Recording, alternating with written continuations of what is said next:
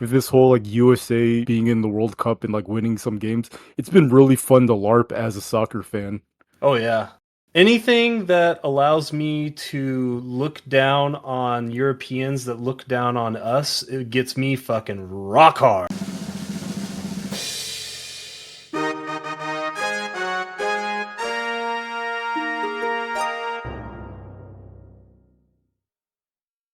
Hello, friends, and welcome back to the Adventure Starts Here podcast. This week, we played Milk Inside a Bag of Milk, a short-form visual novel by Nikita Kryukov. Since this was an especially short game with an appropriately short discussion for once, we will also be doing some bonus content, a gaming community tier list. We'll get into the details of that later, but for now, enjoy the episode and leave a comment telling us your thoughts. Okay, so for this week, we played Milk Inside a Bag of Milk Inside a Bag of Milk Inside of it, and so on, etc. Ha, it's funny, it's epic, ha. This is our intermezzo game for our Prey discussion next week. And since it's going to be an especially short episode, we have some bonus content once we're finished talking about Milk Inside, etc. So if you haven't played Milk Inside, etc., it is a very, very short game. I'm talking like 15 minutes, if that, of just like a light visual novel experience. So when I say this is going to be a short episode, and that's why we're doing the bonus content, that's why, because it's very, very, very, very short. And why did I pick it? I don't know. It's got a funny name. Someone mentioned that it was getting I think it was Jordan mentioned that it was getting a lot of like notoriety. Is that actually true? Like, is this a poppin' game? This game has 14,303 reviews and is overwhelmingly positive on Steam. What the fuck? Yeah. That's a bit much. So I'm sure there's going to be a lot of criticisms directed at the fan community, perhaps, of this game. But the bonus content we're going to be doing is all that. We're just going to be shitting or praising game communities. We're going to do a game community tier list. So did this game live up to any of the hype for you guys? What was your feeling when you spent 15 minutes on a $1.50 game and you finally ended this magnificent experience that was so hyped? Wait, this game wasn't free? I got Did it I for $1.50. It was not free. Oh my god, I guess I forgot about that, but now I'm actually kind of mad. I'll be honest, I did like bump it down after I realized that a little. Yeah, it's $1.50. I don't remember if we might have bought it on sale. I think it was on sale when I got it. Same, But I don't remember. Yeah, I got it for 77 cents. All I know Damn. is that I remember when we first started Tash and we were populating that planning list of like all the possible games you could choose.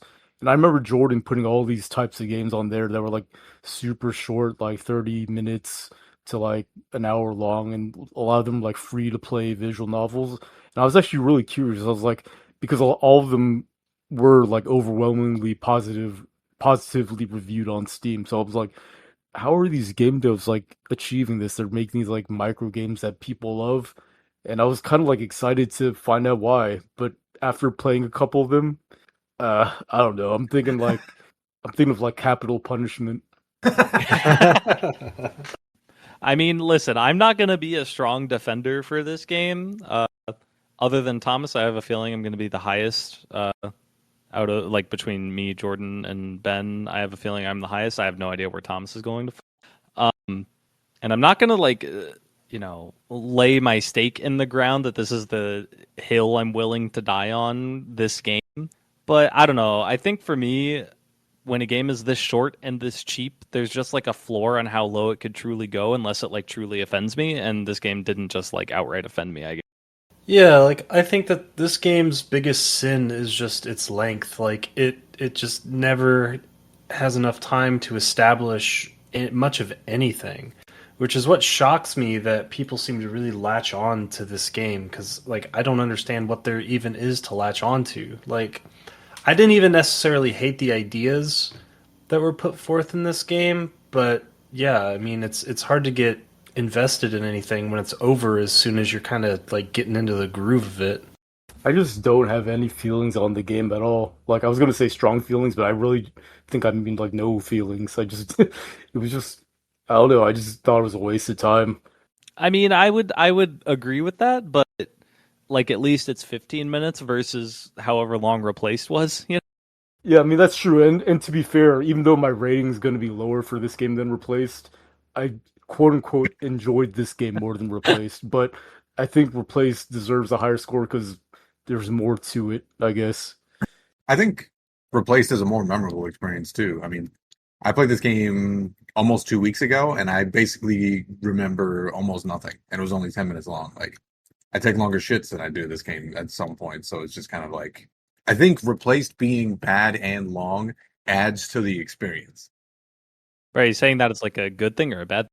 It's a good thing for your personal experience with things that it's going to stick with you longer because it was bad for a longer period of time. Yeah, I mean, I rated Replaced to 0.5. This game's not a 0.5. And I think like some of that is just the length. Like I don't like having to gestate on things that I hate, and Replaced required me to do exactly that. Whereas I'm kind of in the bin camp of I just have no feelings about this game because it's just kind of a giant nothing burger. Yeah, and I mean it's the classic quote of the opposite of love isn't hate, it's indifference, right? So that's why I'm Right. saying that you have more of an experience with Replaced than you will a game like this, even though you liked this game more. Yeah, I guess the reason I'm kind of trying to clarify that because when you say that, what I'm hearing is this game is mid. I'm hearing like 5 out of 10. I had no strong feelings one way or the other, but I certainly No, know that's not where you guys are gonna. that's not how I think of it. I think the lowest score that you will get will be a place of indifference. So you value. Uh, sorry, I got stumped. You value memorably bad experiences more than indifferent experience. Correct. And but Or that's not reflected in my score, but I'm just saying like you guys will guarantee remember Replaced more than you will this game in a year, despite this game getting a higher score. I actually don't know if that's true for me anyway, personally. I understand what you're getting at for sure, but like the way that I see this game, milk inside a bag of shit, is that if this game had been extrapolated out to like I don't know, set yourself on fire links, for example, I think I would have potentially enjoyed it quite a bit actually, which is what makes me curious to play the sequel. I think, even though I didn't, I kind of meant to, but like if this had been extrapolated out into like a 1, 2, 3 hour game, I think the rating would have been significantly higher than it's going to be. Versus Replaced, I just hated it the whole way through, and I don't like inflicting misery on myself, and that game was just misery.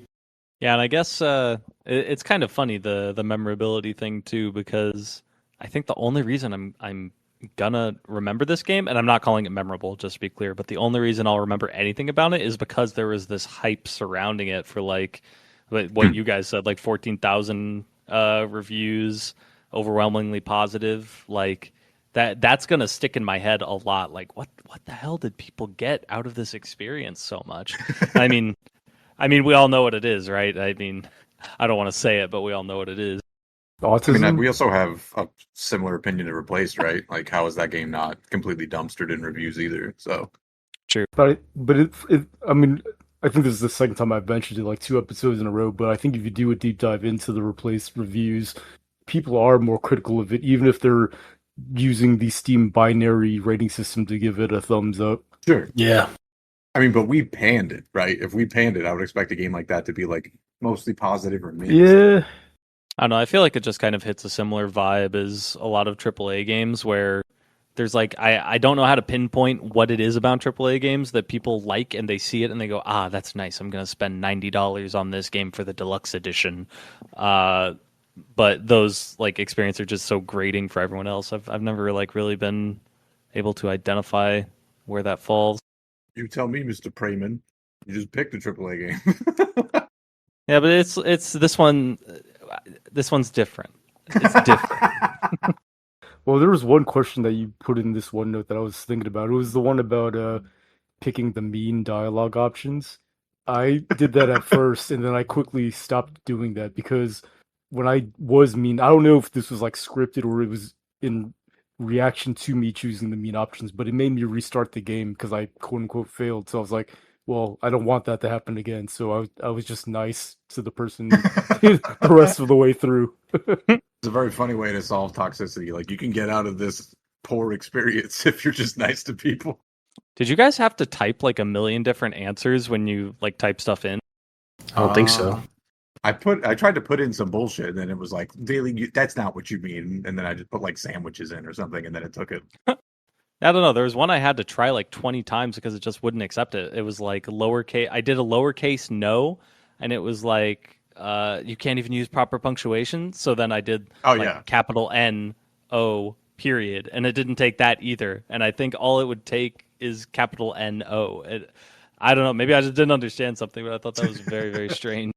I just don't even remember typing anything. I remember it mostly just being like a yes no prompt basically, but yeah, not super memorable.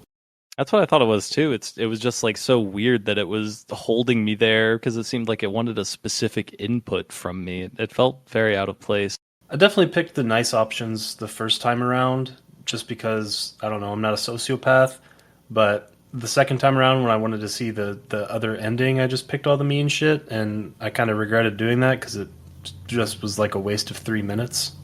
Yeah, kind of like a Dark Queen of Morthome situation. Wait, so are you saying that being mean is what causes the game to restart? Yeah. It's not me being mean. It's just literally like in that one section, if you like press, I can't even remember what the details are, but if you, it's a binary option of here's the point of where you're going to get shut down or not.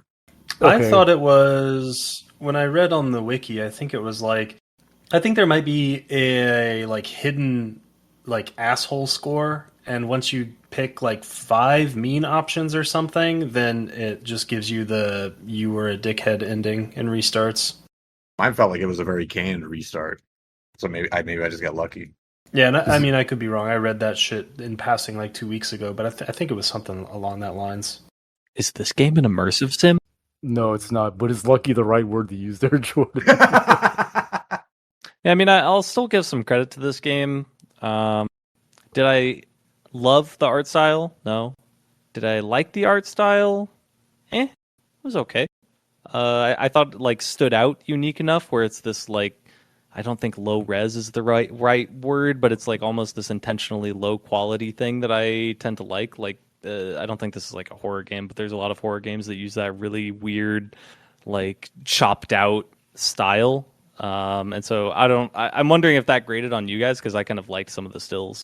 This game is 100% a horror game, just for the record. Yeah, I liked the art style because, like, let's be real. The reason that this game has as much critical acclaim as it does is precisely because of this game's aesthetic, right? It's got this 3-color palette thing going on with like these deep purples and blacks, and some of the art, I'm not going to sit here and say that it's great, but it definitely has a mood. Like this game has a mood, and that's 100% got to be what people find endearing or what they like about this game. So that's another thing where I was saying earlier, I think if you extrapolated this out, if this game was longer, I would have ended up really enjoying it because I think the aesthetic works for me anyway. It's just here and gone, so it's just hard to appreciate it. The visuals are cool, and especially using like the 3-color palette and being able to get so much detail out of the environments and everything is super sick. I don't know. I just don't feel strongly about any part of this game, and I don't really know how to extrapolate it in my mind to like where I can create an experience that is enjoyable, but I don't know. I haven't really even thought about it until literally just now, so maybe that's why. I mean, I think that's fair. Yeah. Because yeah, I don't really have much either. Yeah, I don't either. And like I said, this game's biggest sin is just how long it is. Like if this was a reasonable length game and it had time to actually construct a narrative and flesh out some characters and blah blah blah, do normal story game shit, I think it could have been good. I'm not gonna sit here and tell you it would have been good. I think it could have been good, but as it stands, yeah, it is just like hard to have an opinion on it outside of just, I don't know, being a fucking Zoomer who only appreciates the aesthetic of it. I did appreciate that it felt pretty deeply personal. Like even if it's not quite to like the emotional levels of something like Set Yourself on Fire or some of the moments in Hello Charlotte. I appreciated that this was coming from the author's heart, even if I didn't love it, you know? Yeah, Yeah. I mean, for sure, right? Because this game is like the core idea, the core theme, what it's trying to say is so abundantly like obvious that I guess that's also another reason why it's as successful as it is because A, it's very easy to understand the underlying idea, the underlying theme, the underlying message, whatever you want to call it, in conjunction with the aesthetic. So I guess like realistically that is kind of a strength of the game, right? Yeah, and I do like how the like semi horror aesthetic plays into the themes of the game. I do think that that works out all right. And when I say all of these things that are like I'm all right on this or I kind of liked this, all of that is just to justify why it's not going to be like a 1 or a 1.5. Like this game just didn't have anything in there that just straight up offended me. It didn't even have too much of the stuff we've talked about in the past where it's like wearing emotions on your sleeve and kind of telling you how to feel about it or whatever. Thomas would be able to put that in better words, but I feel like this game didn't have too much of that. No, I don't think so. I mean, it like the core theme is obviously just being a fucking anxiety riddled human being, and I don't think it necessarily pounds you over the head with it the way that like what was it? Was it Neverway where you have like the disassociated status Yeah. type or whatever? Yeah, it's not quite going to the same lengths as that. So yeah, I mean, like I said, I think that that quality of it was actually a strength. That the core idea, the core message behind it was very easy to understand, and it was like just obfuscated enough to where it didn't feel offensive, like you were describing, essentially. So yeah, like that's again to your point as well is why this game isn't just going to be a straight up like 1 or a 1.5 or whatever. I don't know. Just being straight up, it's gonna be a 1 for me because, like, I mean, you can say over and over again that it's easy to understand, but if I don't even remember what happened, like, there's nothing to understand because I just can't even think of it. That's not the game's fault, bro. Kind I of mean, is. that's fair, but I mean, yeah, to Jordan's point, like, if it didn't engage me enough for me to remember, then you could argue that it is partly its fault. I think like maybe a tertiary problem to that is that if that particular thing doesn't like resonate with you or it isn't Yeah. like highlighted in your mind, then there is nothing else to this game. There I there's mean, just like zero. that's exactly what it is. It's all just like personal resonance with what's going on. But I am kind of curious with one of the questions Thomas had written down in here. Have you guys played short games that like do resonate with you? Because I am honestly coming to a blank. I can think of plenty of walking sims that I really like, but none that are like the length of this game. I think this might be the only game that I've played that's the length of this game, so I've kind of just generally avoid games that are super Yeah. short because like I don't even look for them. I can't even name any of them. This is probably the shortest game I've played by like 3x, if you don't count like flash games where like they're like arcade flash games. If flash games do count, then yeah, I have a million that I could say. But Yeah. yeah. Like the shortest game I could think of that I was like, this game's sick is Poco, and even that game's like a little over an hour long, which is like 4 times the length of this game. How long was Leap Year? I honestly can't remember. That was like one game that jumped in my mind, but I couldn't remember how much time I spent on it. It didn't feel like a lot. I think it was like 2 hours, I think. Oh Jesus, that's way longer. I thought it was like 45 minutes. I thought it was even longer than 2 hours. Yeah, I mean, Yeah. I couldn't really think of anything either, to be honest with you. Yeah, you guys have all between 2 and 3 hours on Steam with it. Yeah, I don't know. I feel like if that's true, then it probably just rings more true what Thomas has been saying regarding like the length of this game kind of being its sin. Like Yeah. how the hell can you flesh out a decent story in 15 minutes? And I think I mentioned in the last episode, like I love me some poetry. There was a reason that I was an English major for a hot minute when I was in college. Because like you can do a lot in a small amount of time with the written word, so I kind of would expect a little bit more from a visual novel. But yeah, this game just didn't have much. Just didn't hit much anything at all. And I mean, to be clear, you can do a lot with 15 minutes worth of reading. This game just doesn't do that. But I mean, like, I've read fucking random creepypasta that was more engaging than this game that took less than 15 minutes to read, but it's just this game didn't really go to great lengths to do that. I mean, that's just because it was just leaning into the core idea plus, again, the aesthetic. Because like that's all that this game is just, hey, anxiety and big size 72 font and aesthetic. That's just what this game is pared down to. Yeah, and I just don't think there's a whole lot past that to talk about with this game. I wish that it was a little more than it was, and that's too bad. So we should probably just do ratings. Ben has already set his. Yeah, I mean, yeah. Do you want Do to you wanna say explain anything why else? you were Yeah. 1 out of 10? Would you like to explain yourself further? It's difficult too, because like I've just got nothing to say. You know what I mean? Like it's basically just like a non-experience to me. I don't know. Maybe I'm just like emotionally vacant, but it is what it is. No, I mean, I I get just it. need a little bit more excitement or like anything. Okay, I'll ask this in a slightly more inflammatory way. What made Replaced better than this game? So, like I said earlier, I quote unquote enjoyed this game more than Replaced. But I think that Replaced deserves points because of the effort that went into making it, even if the effort created bad output.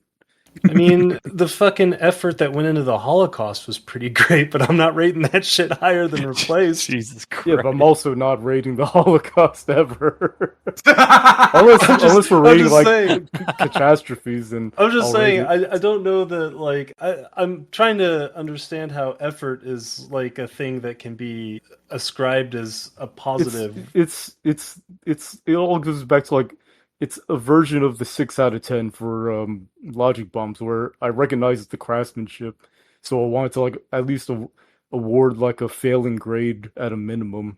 Yeah, Oh, yeah, so yeah. this is like the reverse craftsmanship rating. There is nothing, at least to me. It's just nothing. It's just like it's like bean sprouts where it's like I put bean sprouts in pho. It just tastes like water, but like it's there for the texture. But like this doesn't even have it. This game doesn't even reach. Just it does not reach bean sprouts status. It's like broth without seasoning. That's a good way of putting it, actually. Oh, Jesus. Okay, for the last three of us, why don't we go in order of who has the least amount of time played in this game? I have 12 minutes. Probably gonna win. I think I had like 10. Hold on. I got 21 minutes. Oh, I have 12 too. Shit. You go first. I've I decreed go at it. the same time. All right, 3, 2, 1. Yeah, so this One. game. Oh, well, I baited you. Yeah, I mean, if you are the kind of person who got something out of this, then that's awesome, and I'm glad that you did. But I'm with Ben. I got absolutely nothing out of this. Same question. What made Replaced a better game than Oh, wait, you rated them the same, right? Yeah, they're the same rating. But like I said kind of earlier, was that Replaced is a much more memorable experience than this game. They're like different ones. This is like a forgettable, indifferent one, where Replaced is like, yeah, this is like abhorrent design one. Yeah, Replaced is like the memory you have of like coming home and your dog shit all over the floor and that you had to clean it up. That's what it's like. And this game is like not having a dog at all and being sad about that. Yeah, and I mean, I definitely understand people who resonate with this a lot more than something like Replaced, right? Because like, yeah, this is all comes down to personal experience and aesthetic and everything. And like 6 years ago, I think this game came out like peak during COVID, right? So if you could have played it during then and like just been having struggles and everything, I could definitely see a lot of like positive to get out of it personally. But I didn't get any of that. I mean, it makes total sense, right? Like the analogy I would think of here is Replaced is like the worst Marvel movie of all time. But like at a baseline, you're still sitting in a theater eating popcorn watching shit blow up. And like that kind of thing will still percolate in your mind. Whereas this game is just like some shitty French art house movie that you fell asleep 5 minutes into. And woke up 5 minutes later and it was already done. And unfortunately, even compared to Thomas, I'm not a huge lover of French art house films. I did fall asleep during Mulholland Drive, which I don't know if that's French out. It's definitely not French. I don't even know if it's an art house film, French. but Although I did fall asleep during. Funny enough, it's funny you say that because I don't remember anything about the movie Black Panther. I saw it with my sister And I remember going into the theater. I don't know why I was so tired, but I was just fucking exhausted. And the theater was packed, and I fell asleep 5 minutes into the movie, and I woke up 5 minutes before the movie ended. So I just slept through all the fucking Black Panther. That's sick. The two brothers, one falls asleep at AAA Marvel movies, the other falls asleep at your friend's fucking favorite David Lynch movie. But yeah, unfortunately, for that reason, among others, this game just didn't sit super well with me. I had a lot of similar feelings to Set Yourself on Fire in terms of like it just didn't really resonate with me. Like the spoken words just aren't really doing much for me. And I think this game is just generally, like Ben said, much less well made than Set Yourself on Fire. And like the gameplay additions just were annoying for my personal experience. But I like the art. I like some of the ambiance. It was $1.50. I think there's a floor on a 15-minute $1.50 game. And I guess that floor for me is a 2.5. I nail it. Hell yeah. Damn, Nice. I thought I did. Yeah, if I'm trying to like reconcile why this game is a bit lower than Logic Bombs for me, even though Logic Bombs like outright offended me. And I think I just have to recognize the fact that Logic Bombs was like just a mid-level puzzle game and be okay with that fact and hate on it a little bit less. The craftsmanship, I'm telling you, man. You guys are moving back to 6 out of 10. You're up, Thomas, Mr. 21 Minutes. Yeah, I mean, I can't really add to the conversation past what's been said, to be honest. Like, I think that the seed of some good ideas are in this game. I think the ideas are very relatable to a very wide swath of people. I think the ambiance was good. I think the art was fine. I'm not going to say it was good. I think it was fine.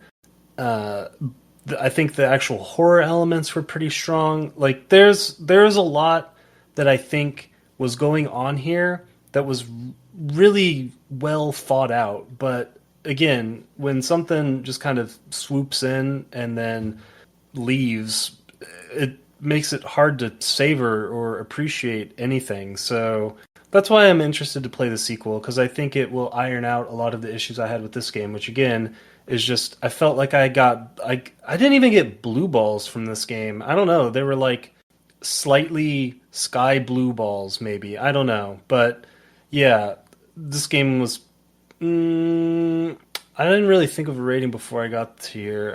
I'm gonna agree with Seth. I think this was a 2.5. Based. Good enough. Okay, now Jesus Christ, please tell me that this game is higher than Replaced. It has to be, right? It's probably not going to be because of me. It's going to be higher than Replaced. Yeah. So I had two Wait, no, I 2.5 forgot, versus your 3. It's a Yeah, okay, cumulative 7 versus a cumulative 5.5. Okay, thank God. Wouldn't have been able to live with myself. Okay, so that was the as Ben put it, the seasonless broth of the episode. So why don't we get into that delicious Korean beef tongue of the episode? And we've gone back and forth a lot, I think, regarding how we address like different communities and the level of toxicity that we feel like displaying towards them. Early on, we established a rule where we were never going to like actively shit on a developer, just because it doesn't really feel right. Like we're talking about the craft, not the person. And so this is our opportunity to let loose and shit on people that are neither the developer nor us, just straw men that we can demolish or praise if we like them. We'll see. We're going to do our gaming community tier list. We have this little thing that Jordan put together, ranking S through D, and we're just going to go through them. We're going to rate them based on the qualities of how we perceive them as a gaming community. Do you guys want to like add anything for like how you're going to be evaluating these? Because I'm just kind of looking at it as like do I like these people? Do I not like these people? What are they adding to the space? That's kind of how I'm thinking about it. Yeah, and I mostly want to preface that if you're part of one of these communities and you're somehow listening to this, to not get mad if we don't like it. And I would say that based on one of my favorite proverbs I learned recently, which is none of us are as dumb as all of us. So just remember that like you as an individual is not representative of you as the community. Yeah, I mean, I've willingly taken part in many of these communities. So like, all it would be doing is just shitting on myself. Yeah, exactly. That's what I was about to say too. Like, as much dumpstering as we're gonna do, like I've been, or and still am a part of some of these communities. And I think it's just very important to consider when we're talking about these that, like, we just talked about memorability quite a bit. It's really easy to remember the person that called you the N word in Dota, but it's really hard to remember all of the people in your last 10 games that didn't do that. So I think that's kind of an important factor, even though a lot of people in Dota say the N word. A lot of Russians. A lot of Russians. And I think the thing we agreed on is that we're all going to kind of like give where we want to rank it, and then we're just going to like combine those basically, right? So like if two of us are S and two of us are D, it would be a B, right? A lot of these, I think I'm gonna defer to you guys because, like, there's a bunch I don't feel strongly about. Although, obviously, there are some that I do feel strongly about, but that's about it. Yeah, I And don't know. that's mostly because of my familiarity. We'll be able Yeah. to come to a consensus. I was thinking more just like consensus, right? Because like I don't have a systematic community thing like I do with like gamers ratings, so I figured it would just be more vibes. And if someone was like really adamant about this, then we'll just like find Sure. basically where we all think that we should land. Maybe you have to trade some currency while we're doing it. Be like, okay, we'll go if this goes to A, then this could go to C. Yeah, very We true. could, or Stock trading real time. yeah, and it's also we could just do it at the end where we like rearrange everything. Oh yeah, maybe. definitely have a final pass. Yeah. And to me, the order of each row absolutely matters. Like left is the highest of S, right is the lowest Sure. of D. Okay. Yeah. All right, let's get into it. We just played a Tumblr slop game. How do we rank the Tumblr community in the gaming space? I think Tumblr is personally, I think it's a pretty firm C. I think a lot of these people are mostly harmless, ineffectual people who don't leave their house very much. I described them earlier in the channel as the type of people who want to overthrow capitalism but can't ask for extra ketchup at a restaurant, and I think that just describes most of the Tumblr slop crowd. Yeah, I think I mostly agree with that because like their biggest crime is just being cringe, really. Oh Yeah. yeah, That's about it. I think that's their only crime. And I think like I think high C is going to be where I end up falling just because like even if they're cringe, like it's still kind of cool that they put out like all this artwork and stuff. Like that's like a good addition, even if some of it is cringe. I think Yeah. they're very passionately cringe. Is what you're looking for. I could definitely see moving like by the end of this moving them up to like a low B because like there is some degree of artistry, there is some degree of talent that is within that community, but the people that actually talk about the stuff, yikes. Yeah, for sure. Yeah, so I'm happy with this spot. Same. Perfect. All right, next up, tangentially related to the Tumblr gaming community, the Undertale community. Oh, Jesus. Oh, there's so many cringe people. These people are so much more cringe than the Tumblr type. See, that's funny because I think I think you're right for like the ones that you are going to remember, but I think there's a lot of people in Undertale that are just kind of like, there's a lot of normies in Undertale for sure. Like for an indie game, it's got like probably the closest to like the biggest like normie following in it, I think. That's true. I gotta be honest, in my head I was lumping them like almost 1-to-1 with Tumblr people, so Yeah, to me it's close. there's very little difference between the two. And I think couldn't tell you a differentiating characteristic. I think the primary difference for me is the Undertale community has a lot more furries. I don't know how that affects it, but I D. think it's true. D.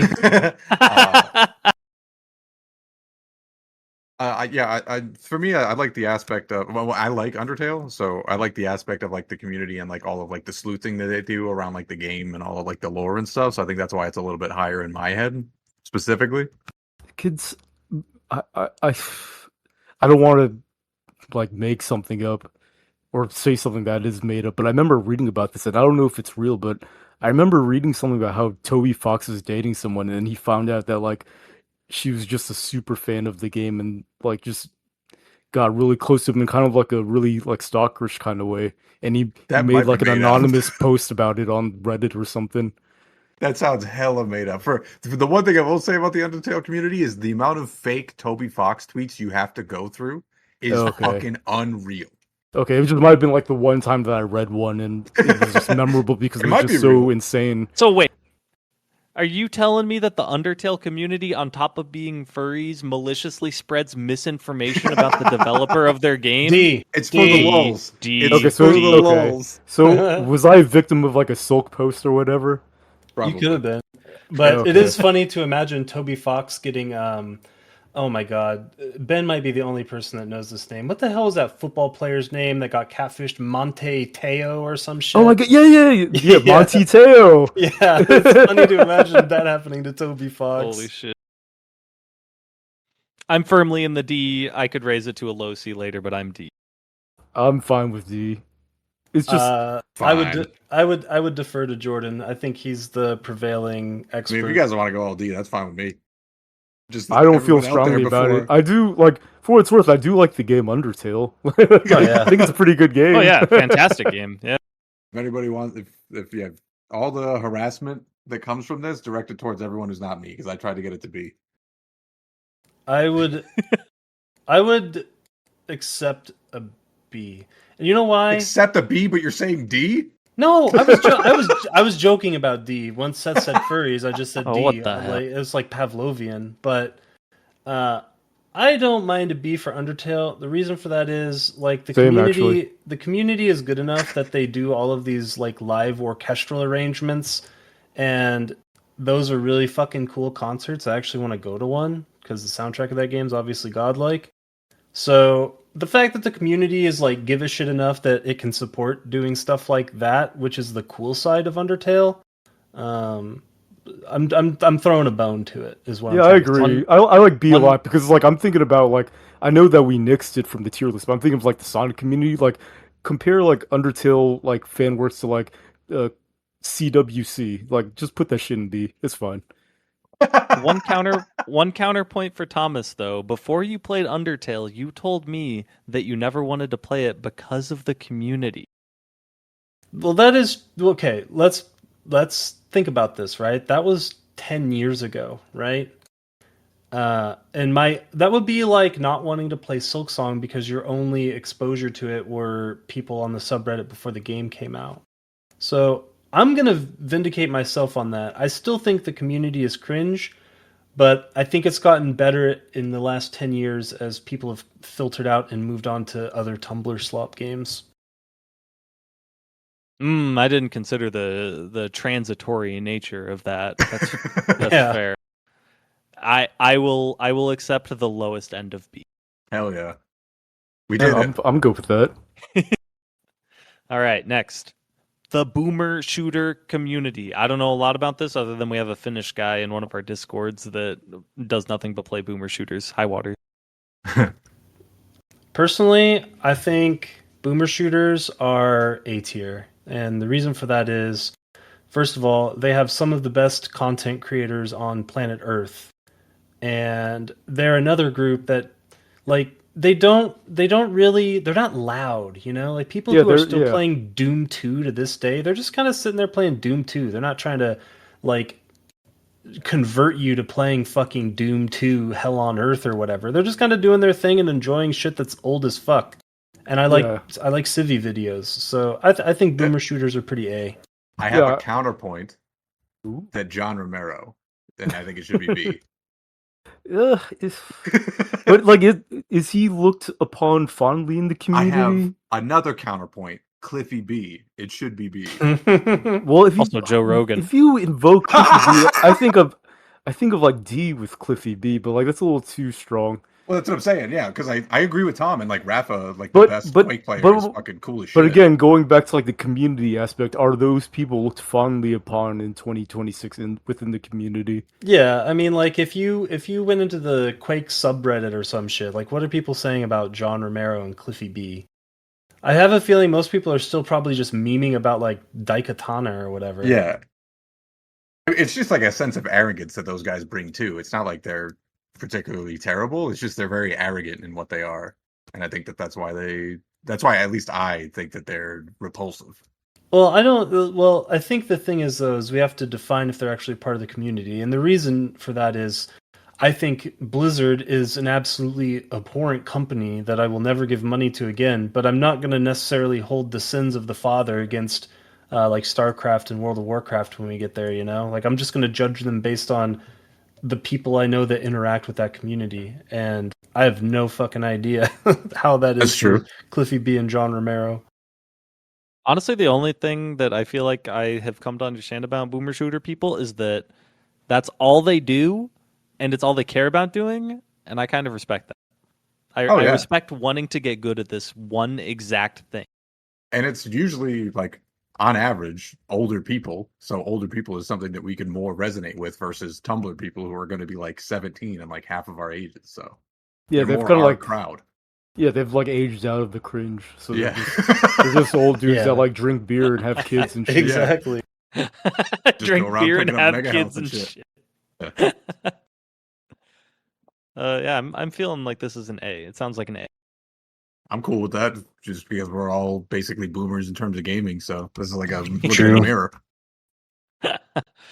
Speaking of looking at Oh, a Jesus. mirror, our next one is, I believe this is CRPG boomers. We got the Yeah. boomers back to back. I Yeah, forgot so we it- put the boom boom this- back to back. Yes, this is really similar to boomer shooter fans, except like 10,000 times the amount of like racism and sexism. Yeah, exactly. Oh, I was like, see, Oh wait, Terry, shit! I was- It's these people. It's these people that fucking tried to get Baldur's Gate 3 canceled, right? Oh, Yeah, it's like Probably. Codexians for the most Yeah. part. Yeah, like I Yeah. do give them credit for like having patrician taste, but like the community itself is pretty miserable. I will Yeah. give a shout out to John Romero's wife, Brenda Romero, who worked on the greatest CRPG of all time, which is Wizardry 8. That's fucking cool. I didn't even know that. Well, Dude, I she could might have be just wrote the instruction manual, but still, she worked on the game. Yeah, their names in the credits. It counts.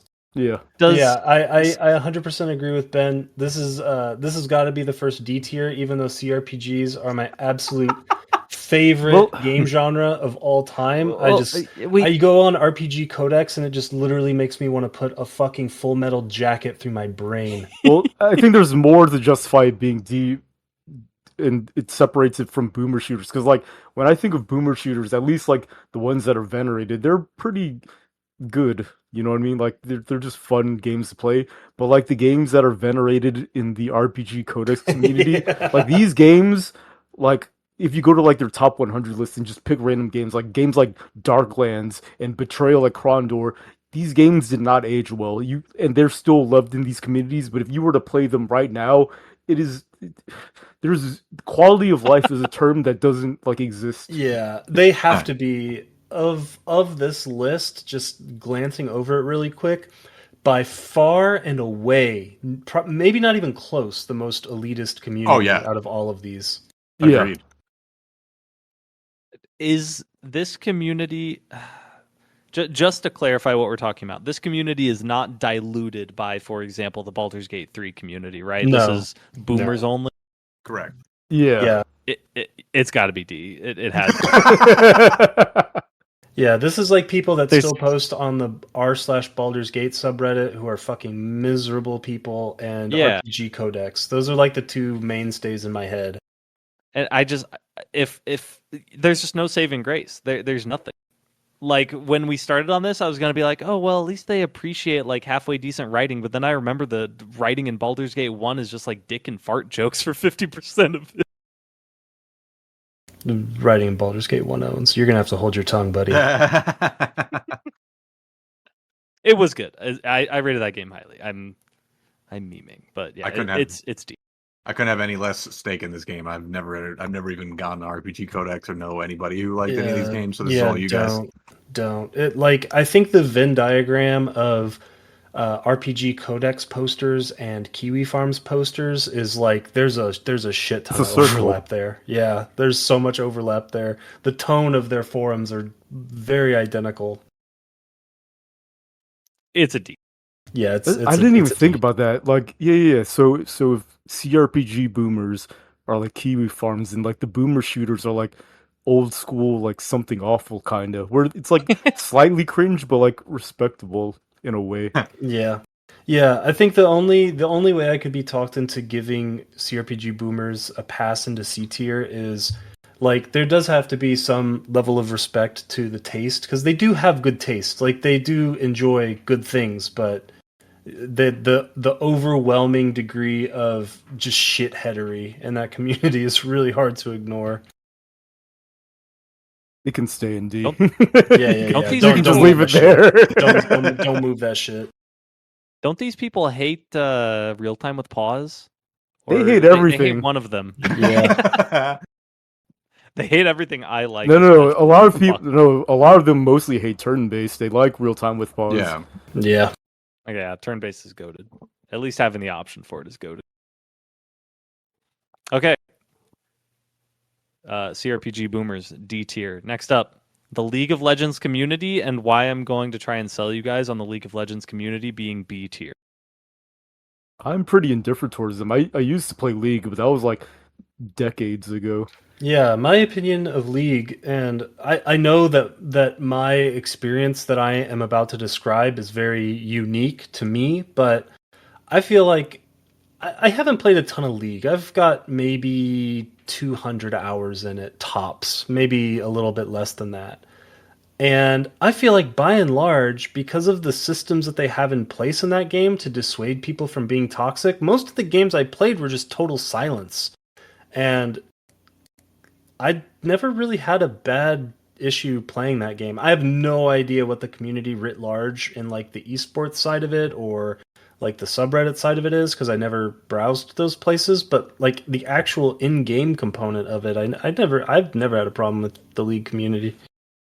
I think the important part about the League community to recognize, and this is hard to evaluate over a long period of time, but I think it's true, is that the League of Legends community is self-aware. They are self-aware that their game fucking sucks, that it's an addictive gotcha game, that it's toxic as fuck. But like, if you go on the League of Legends community, if you go on the League of Legends Reddit page, like every single comment, if you post something about like a bad experience you have with someone, is just going to be like, bro, just mute your chat. Like, just move on, mute your chat and go next.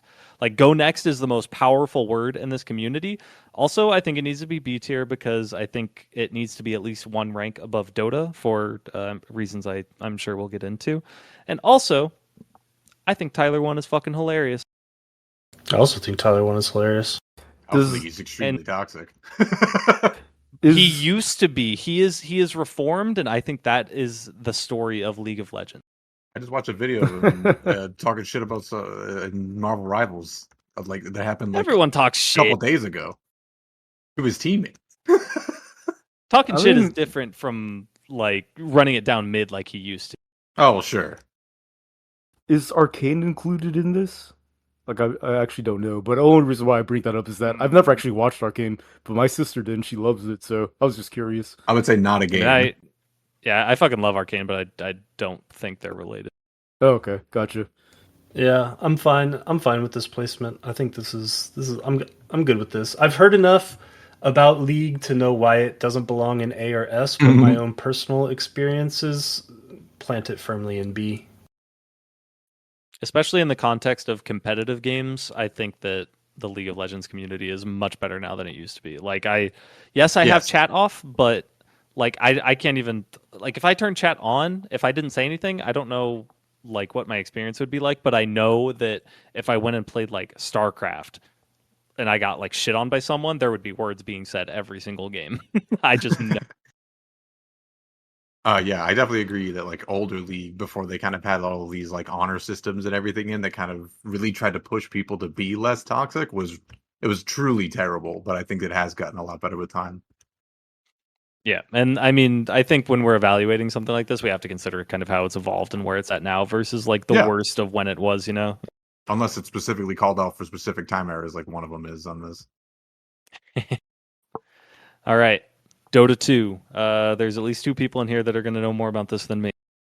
Yeah, so my very limited knowledge from what I played is that, like, and this is probably unfair, and I'm sure you guys will disagree, and that's fine, and you could just disregard what I'm saying, but, like, if I, going back to Venn diagrams, I think, like, this and RPG Codex are, like, almost all the same people. Yeah. I want to hear Jordan's take before I give mine.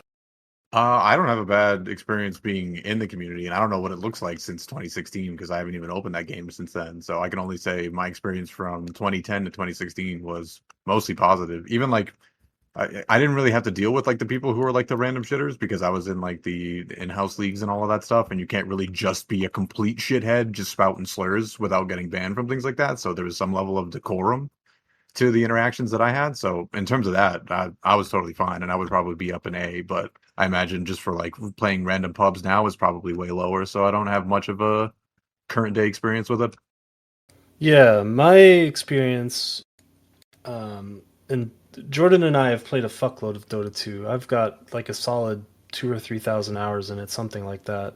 I haven't played it in probably close to 10 years, but yeah, by far and away the most toxic community I have ever personally been a part of. Like I don't know at some point if there was ever a pub that I played where there was not two people screaming at each other over something, or like a big percentage of games that ended in people inting or doing other stupid shit. And like the thing is too that kind of counterbalances that is that I think this is also one of the most passionate game communities I've ever seen. Like people that play Dota are just like fucking Dota lifers. Like it's just Yeah, in their fucking blood that they will be playing this game when they are shitting their diapers in the nursing home.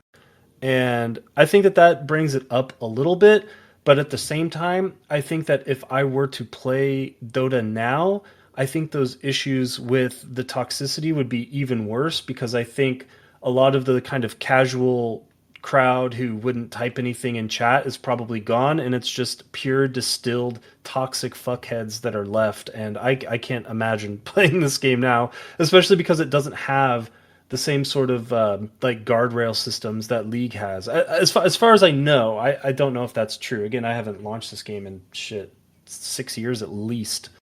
Uh, but yeah, by far the most toxic community I've ever been in. But at the same time, uh, they do they got shit done. Like I always thought it was really cool how the international was like this huge event, and so much of what got added to the prize pool was from the community itself. And there's a lot of pluses to it, but man, people are fucking evil in that game.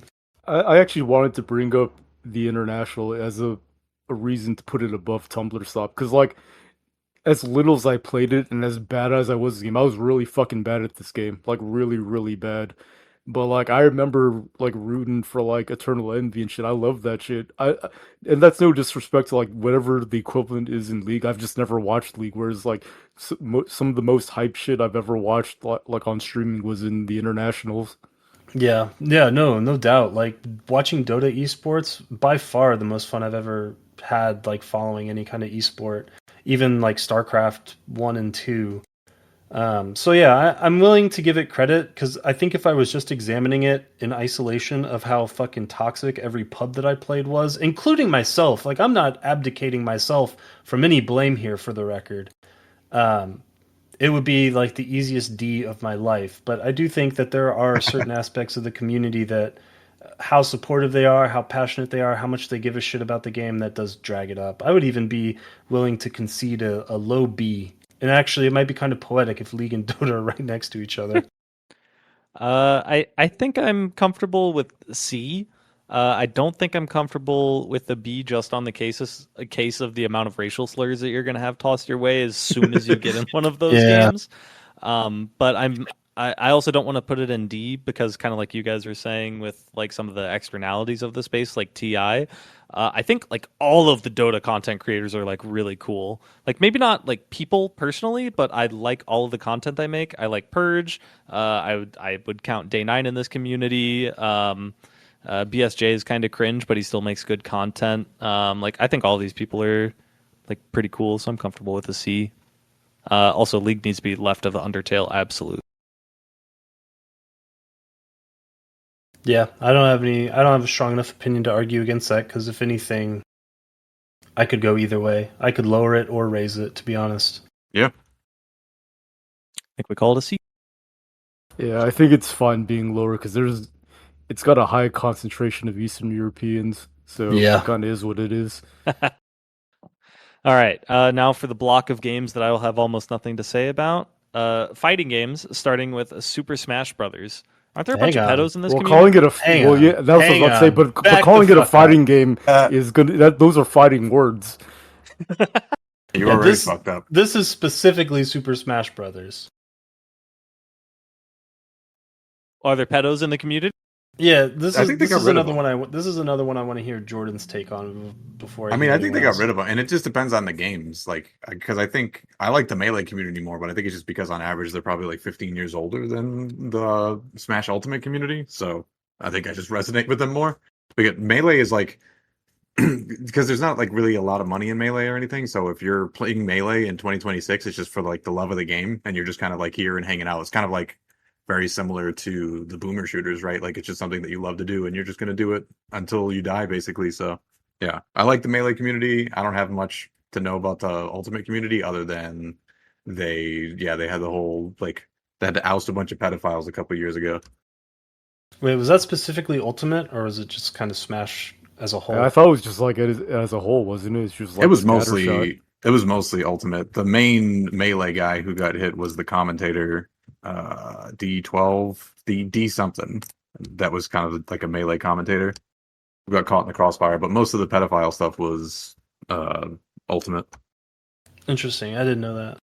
Yeah, I don't have like a super strong opinion on the Melee crowd. I think that um, they are probably they're either high B or low A for me. And the reason is I do respect a community that plays the same shit for 25 years, but not only that, they have like refined that game into like a fucking art form, and the shit that they discover in that game and the degree of difficulty that is required to play that game is fucking astonishing, honestly. That like I know Jordan and I have like a while back we had a discussion on like what we thought the hardest game to master was, like mechanically or whatever. And the conversation pretty much started with, well, Melee is obviously at the top, so what's number two? And I think that that's probably still true, to be honest. So I don't know much about the like esports community side of it, even though I know a bunch of people that are in it. Like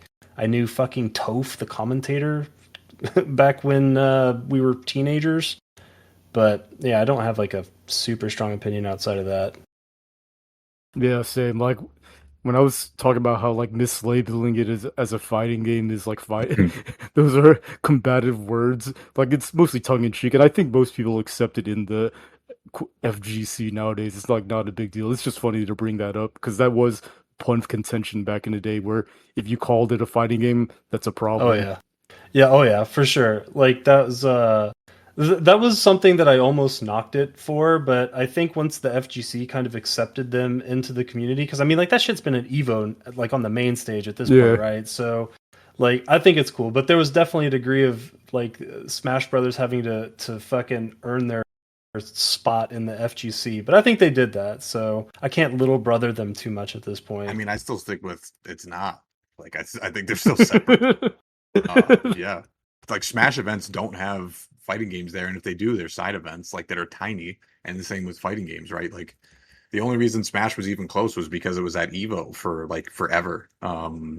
Just back in and then it was just kind of grandfathered in. But that community, besides like Leffen, no one plays both. You either are a Smash player or you're a fighting game player. Yeah, but I guess the thing of it, like the way that I'm seeing it right now, is that if they had like a giant Evo this month or next month or whatever, and Smash was one of the main games on the main stage, and I was watching the top eight on a Sunday or whatever, like I wouldn't blink twice seeing that, you know? So that was because it was at Evo back when like Evo was a little baby though. Because like that's what I'm saying. Like the precedent of it being there is kind of like crazy. Yeah, so I guess the point is like, is it definitionally an FGC game? No, probably not. I almost blurted something out that I shouldn't say, but I think that it's acceptable inside of the FGC kind of writ large, and I think that that kind of I don't know what the fuck I'm trying to say. Like it's acceptable within both umbrellas. Tell you what, What? So what? this FGC they're in. This FGC they get their shit kicked in the parking lot. That's true.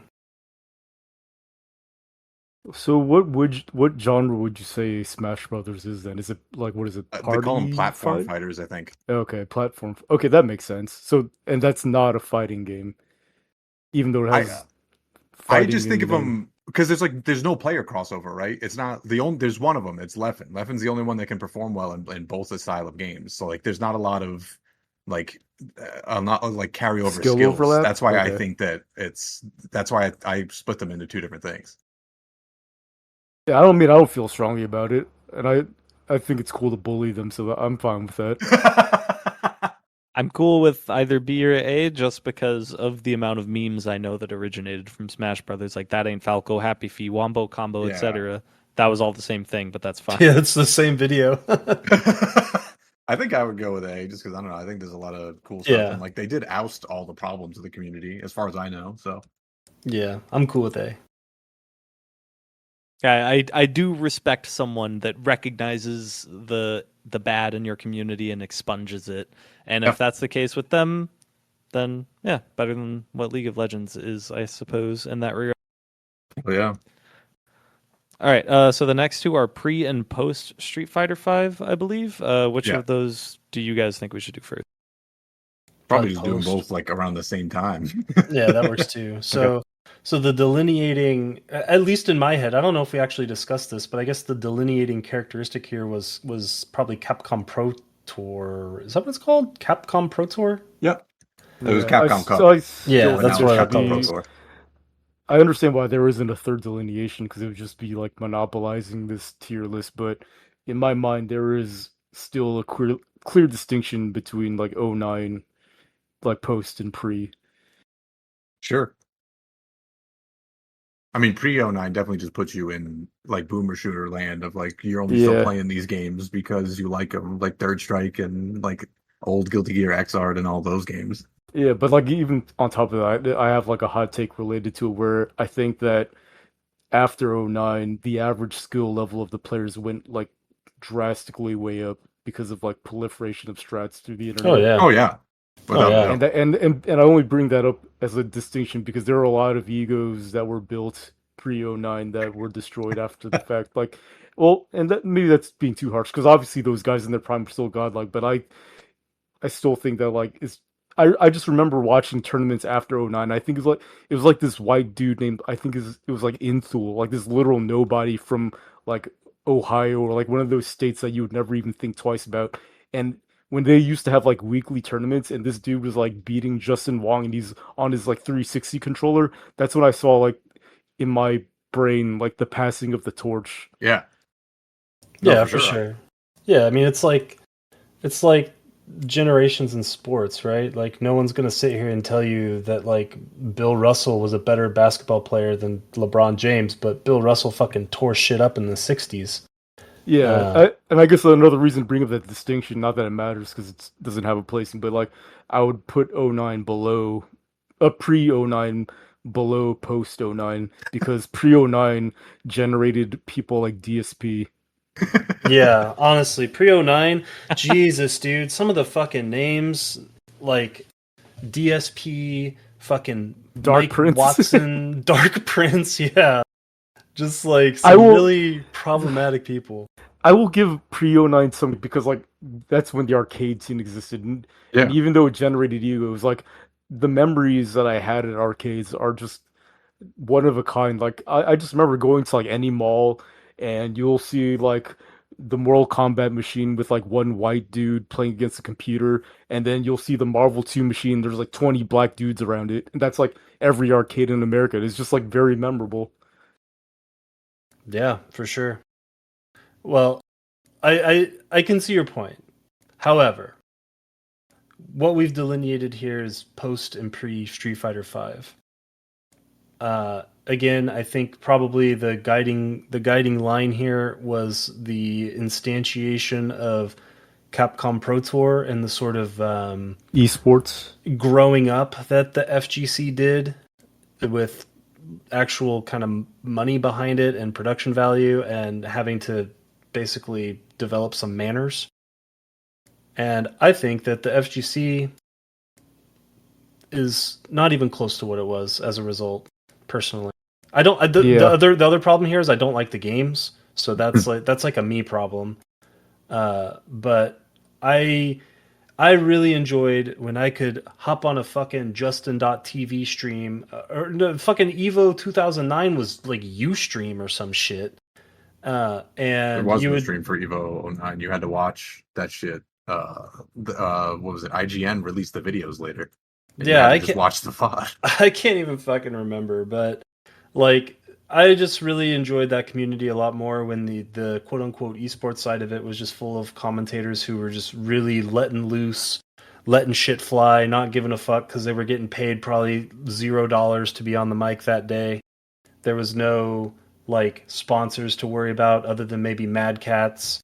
And I don't know. I just enjoyed that side of it a lot more before it got Yeah, sanitized. I think you're completely right. Like in singling out the commentators as like the bastions of like quality of their respective eras. Because like in the this is like post '09 before the esports takeover, where like you had commentators like Chris Hu that like I'll always remember like all the crazy shit, all the very out of pocket stuff that he would say, and Yeah. Yipes as well. Yipes still commentates now, but it's because of all the It's totally guardrails, different. it's not the same. Yeah, it's totally different. And there's like people that like I've heard of like Sage. I don't like I just don't know anything about him. But he's like what I associate with like new FGC. Maybe that's unfair. I'm sure he's been around for a long time, but like him being like a commentator or like people like him, that's who I imagine being the commentators now. And I just can't imagine having the same energy and excitement as someone like Yipes.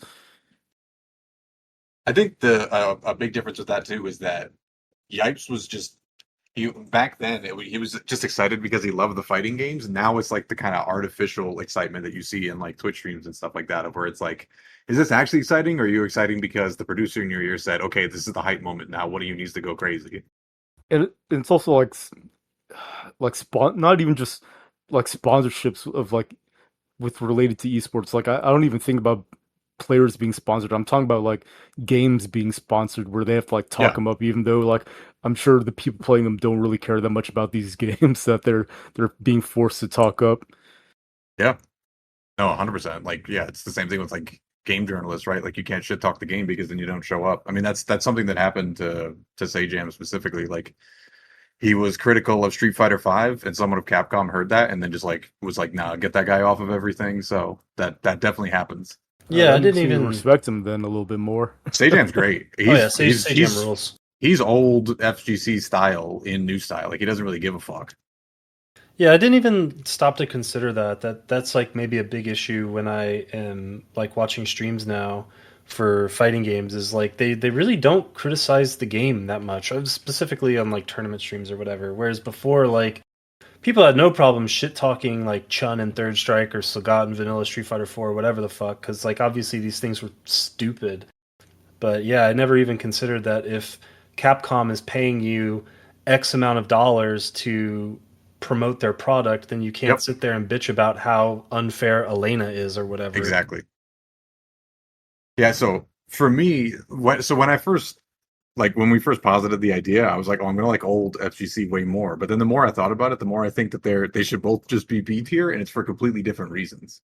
So I think like old fighting games and like having to interact with the old fighting game community and shit, it was like super seedy, and it was like fucking weird to always go to tournaments, and like you would go to people's houses that you didn't know and shit like It's that. Like, true. it was For fucking me, weird. there's it was like a little bit different. I never went to anyone's house to play fighting games, but like um I used to go to like these Vietnamese church fairs like every year for like Vietnamese New Year's, and they would always have these tents next to the church full of arcade machines.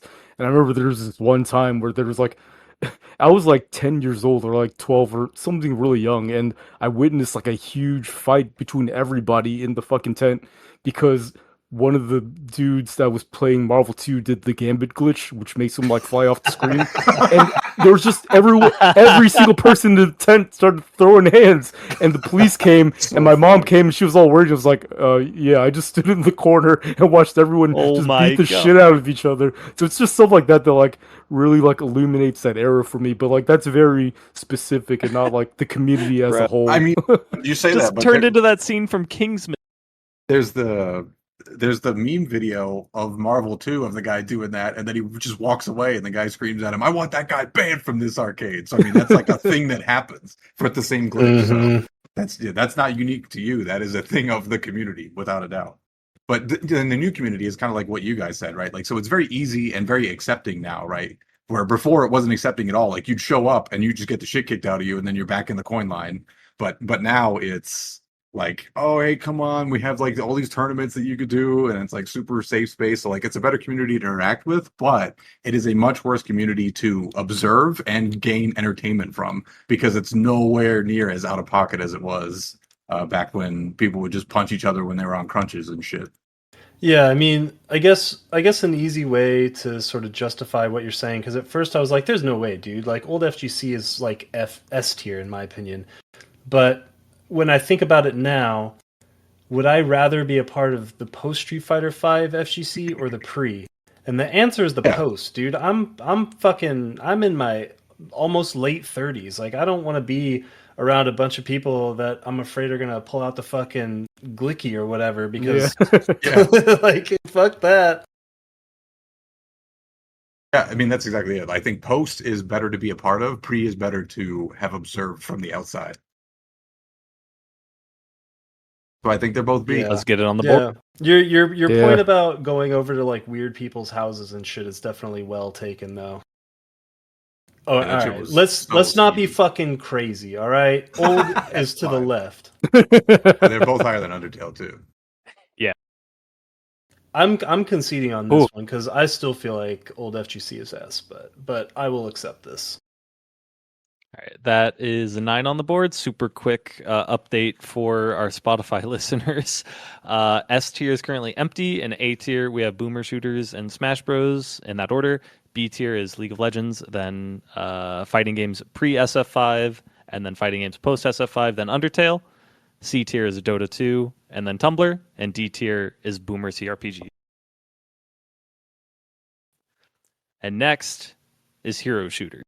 Here, I'll start this one off. There you go. It's like the worst community there is Hold right on.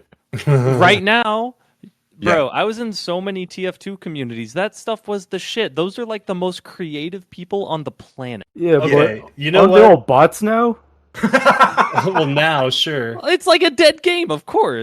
Well, that it's now. We're not talking about the days of yore. We didn't split this one like we did these two. I mean, I agree with Seth here. I think that you do kind of have to split Overwatch Rivals from TF2 because Overwatch and Rivals, like straight up, like what the fuck? Like Rivals Dota 2 in toxicity for sure, if not outright surpasses it. Those games are nuts. Like Marvel Rivals is the only game that I've been baited into being toxic in like the last I don't know how many years because like people just get under my skin in that fucking game. So it's definitely D tier, but I don't think TF2 is D tier. Well, yeah. I just we lumped them all together because I figured we wouldn't have Yeah. enough to say about like to split them up. So I was just like, yeah, TF2 is gonna have to bite a bullet on this one. Yeah. And really, Yeah. it's just hero shooters in general, right? So like Deadlock and Apex Legends and kind of all of that can fall in here. But specifically, I'm thinking of Overwatch and Marvel Rivals are the two worst communities to interact with, to watch. It's the inverse problem. Like the games are fucking awesome, but the communities are so fucking bad that you don't want to play them, and you have to. It's not like Undertale where you can just be like, I'm not going to open Reddit today. Like you have to. They're only multiplayer. I just feel like the only way to consider TF2, because like, I mean, it's also the like progenitor of hero shooters, at least in my view. And I feel like the only way to like think about that community is to think of when it was progenating. And like, yeah, that Created. would be several years ago, but I think it was still good enough that it should bump it up a tier. Nah, I'm afraid that it gets drugged down. Like I I would say agree with no. I agree with what you're saying. I actually like the TF2 community quite a bit, but Yeah. Overwatch and Rivals are just so overwhelmingly bad. And even then, I think the TF2 community can even be split into two of pre-hats and post-hats, because pre-hats, I think, is S tier as fuck. But post-hats started to get, like, real, like, grifty, and I thought that sucked, and they're probably B or C. So even then, they're B or C in a sense, in a world where I have to deal with Overwatch and Marvel Rivals people. We can put it in D, but put it above the CRPG boomers because Yeah. The record I Yeah. wanted beneath, but I'll concede I'm- we could go up one. I'm gonna be honest. I've heard way more slurs in Marvel Rivals than I have CRPG Boomers, but that's also because I don't browse RPG codex, so that could change on a dime. The only I think- reason I am not putting it at the absolute bottom is because of TF2. I think it needs some Yeah. grace from TF2. I agree. Yeah, I think just to kind of say this too, I think multiplayer games are going to be the most toxic because that's kind of the point of it being a multiplayer game. Like you have people to blame for other people for mistakes that aren't you. So that's just going to like grate on people that make these games like their life games, and then they just become like you're kind of destined to basically like fall the route of like Emperor Palpatine kind of style shit. So I don't blame them for being super toxic, but yar.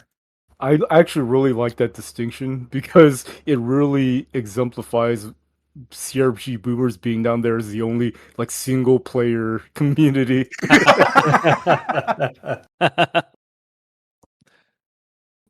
Yeah, I'll take my lumps with this one just because of how bad Overwatch and Rivals are. All right, the next one. Thomas, what exactly was this? So this I one didn't I can add kind of this. speak to this one a little bit because this one is illegal sports streams, like basically just like the stream Aw. chats. Bottom of D. Yeah, so these are basically there just to be this is the floor because it is Yeah. the true cesspool of humanity is illegal sports streams All right. without a doubt.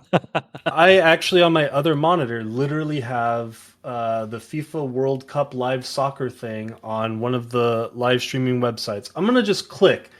It's June 22nd, and Norway versus Senegal are playing. I'm just gonna click and see how long it takes me to see a slur. Da-da-da-da-da. Literally the first message. Literally the first one.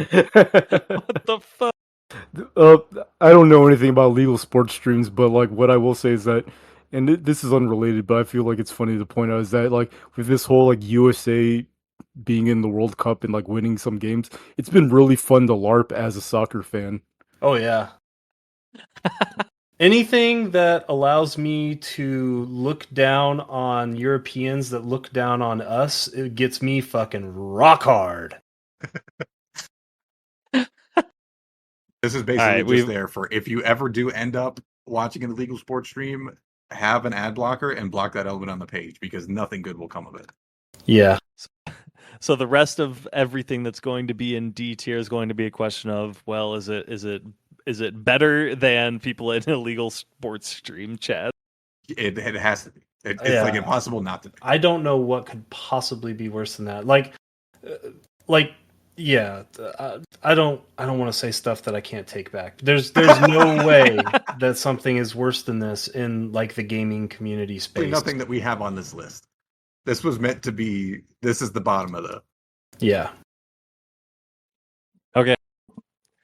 So I assume this will not be bottom, but I'm curious what you guys will have to say. The Magic the Gathering community. We got card games on here. All right.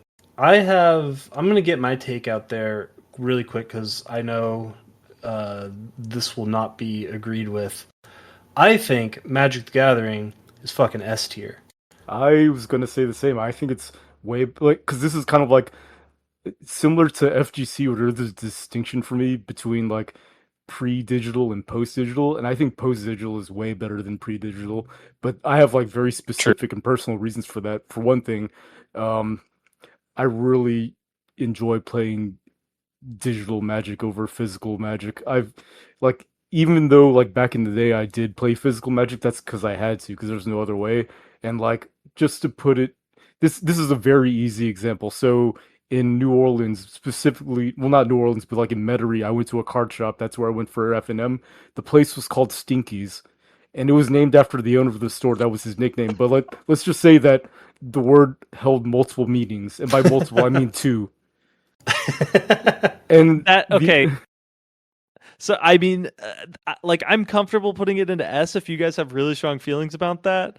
But dude, the Magic the Gathering community is like phobic to soap, or at least was, or maybe every single time I've gone to an F&M, there's either been someone who smelled like they haven't showered in 7 days, or someone that like just got off of work of their like job where they had to lay gravel for 12 hours and is like covered in dirt when they come in. Listen. And that's like not even commenting on like the top upvoted Reddit posts of all time about the guy like posing next to butt cracks at a tournament. Like, So That's evidence of it being S tier, by the way. there's also like some weird inverse stuff going on where like I think the quality of the game itself has decreased, but the community has improved like dramatically. Mm-hmm. I think it's But also, incorporated more normies to dilute the bad stuff. Yeah. yeah, and also like to give like this isn't really community. This is just me having like problems. But like, I really just didn't like playing in person Magic because I hated shuffling because I was just Sure. bad at it. So every time I would go to tournaments, like I'd feel so bad because like I'd have to look at my deck while shuffling, and like it would always just look like I'm cheating. But like I'm not cheating. I just don't know how to shuffle, so I have to look at it. You know what I mean? So that's why So like funny. it was just personal anxiety that just got removed when the game went digital. And I also just really like the game going digital. And I don't want to like belabor this too much because this is very much a tangent that is about the game and not the community. But like, I like the new arena cards and the digital only mechanics because like I just feel like it opens up the design space so much because when it's just restricted to paper only, every new mechanic is just kicker like reskinned. All right. We can't go off on too much of a tangent because Yeah, I my agree. bad, For the guys. record, I agree. But let's not get away from the community. So, um, Seth, you are right in the sense that your LGS has always got one, right? You've always got the stinky asshole. And usually those are the same people. The person that stinks is also usually the person that sucks. But outside of that one guy that exists at every store, I've always felt like my interactions with the Magic community were enormously positive. Um, Either I just thought the other person was really wholesome and kind and nice, or they were really fucking cool. Like, obviously, like I said, you get your stinkies, but even in the Magic community, I think the Magic community has the most mature and enjoyable pro players. At least the older ones. I don't know about now because I mean Pro Magic kind of got gutted, but like on the competitive side of it, all of the content creators and everyone that was like really strong at the game were also just mostly cool as fuck people who wrote a lot of good stuff, made a lot of good videos. So yeah, I think this is like an easy S Oh tier. yeah, dude. Even Remember, like holy fuck, this is like a member berry for sure. But remember, like when everyone shared that one star City Games account from like Guy on Links, Yeah, like yeah, literally just everyone used his account to read all the articles. That yeah. was awesome. That's how I read fucking Reed Duke's article on Thoughtseize back in the day. I remember that shit. Uh, yeah, I think yeah, like it almost doesn't sound right to say, but I think it is, which is that the highs are much higher than the lows are low. Because like I say lows are low and you're just thinking about the guy that made you almost throw up when you walked by him at an F&M or whatever. But then I think about there was this time that me and Cole actually I don't know if it was, I think it was like a club that we started or it was just like an after hours after school thing when we were in high school, and we just got a bunch of people together and we just played Magic like as like these poop noobs that just bought a bunch of packs and were putting shitty black red vampires from Innistrad decks together and just playing with them. And I remember when I was in high school and we were doing this, our art teacher, her husband was like super into Magic. Like he's the guy with like 100 fucking EDH decks. You know, back before EDH was popular, by the way, when like it was called EDH and not Commander, and like the very first packs of the pre-built Commander decks were rolling out. And this guy was just like the coolest dude. He weighed like 500 pounds and he had to lug himself all the way to our school up like 2 flights of stairs. And he had like really bad heart problems. So like I like legitimately respected him for like doing this thing that seemed like literally like physically difficult for him because he had like health issues. And this dude gave me like 3 EDH decks and I kept some of the deck boxes to this day. yeah. I think that the Magic Sorry, community my is just dope like that. sorry, my phone started going off. I was worried it was getting Yeah, we picked heard up. it a little bit. Yeah, sorry, I turned it off. But yeah, this was like the coolest dude in the fucking world, and he died like a year later from like heart problems. And like that's just like the nicest thing to think about this guy that Like knew he was going through all this like health stuff and just like wanted to see people play the game because he would like sit in on our games and stuff and give us cards and shit. So you know what? Just because of that guy, I'm okay with this. Oh yeah, yeah. I Also, think Magic is an easy yes.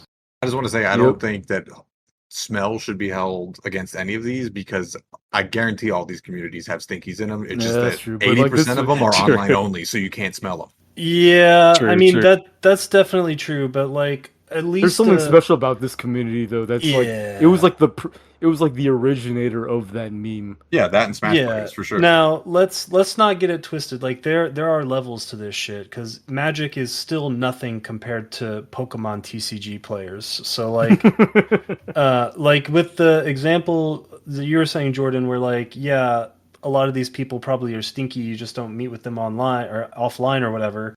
Uh, I have to imagine that a lot of those, certainly a plurality of those, are going to shower before they went offline to like some tournament or whatever. The thing with Magic the Gathering is that like there's always one. There's always a bad apple ruining the bunch.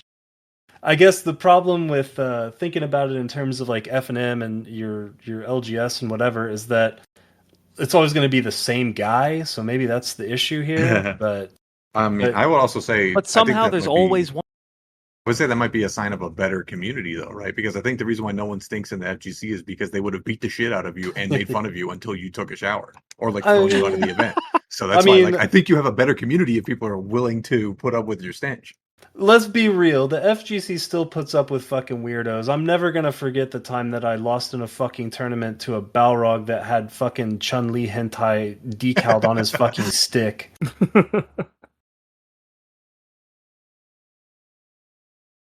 Yeah, I don't know. Magic is a great community.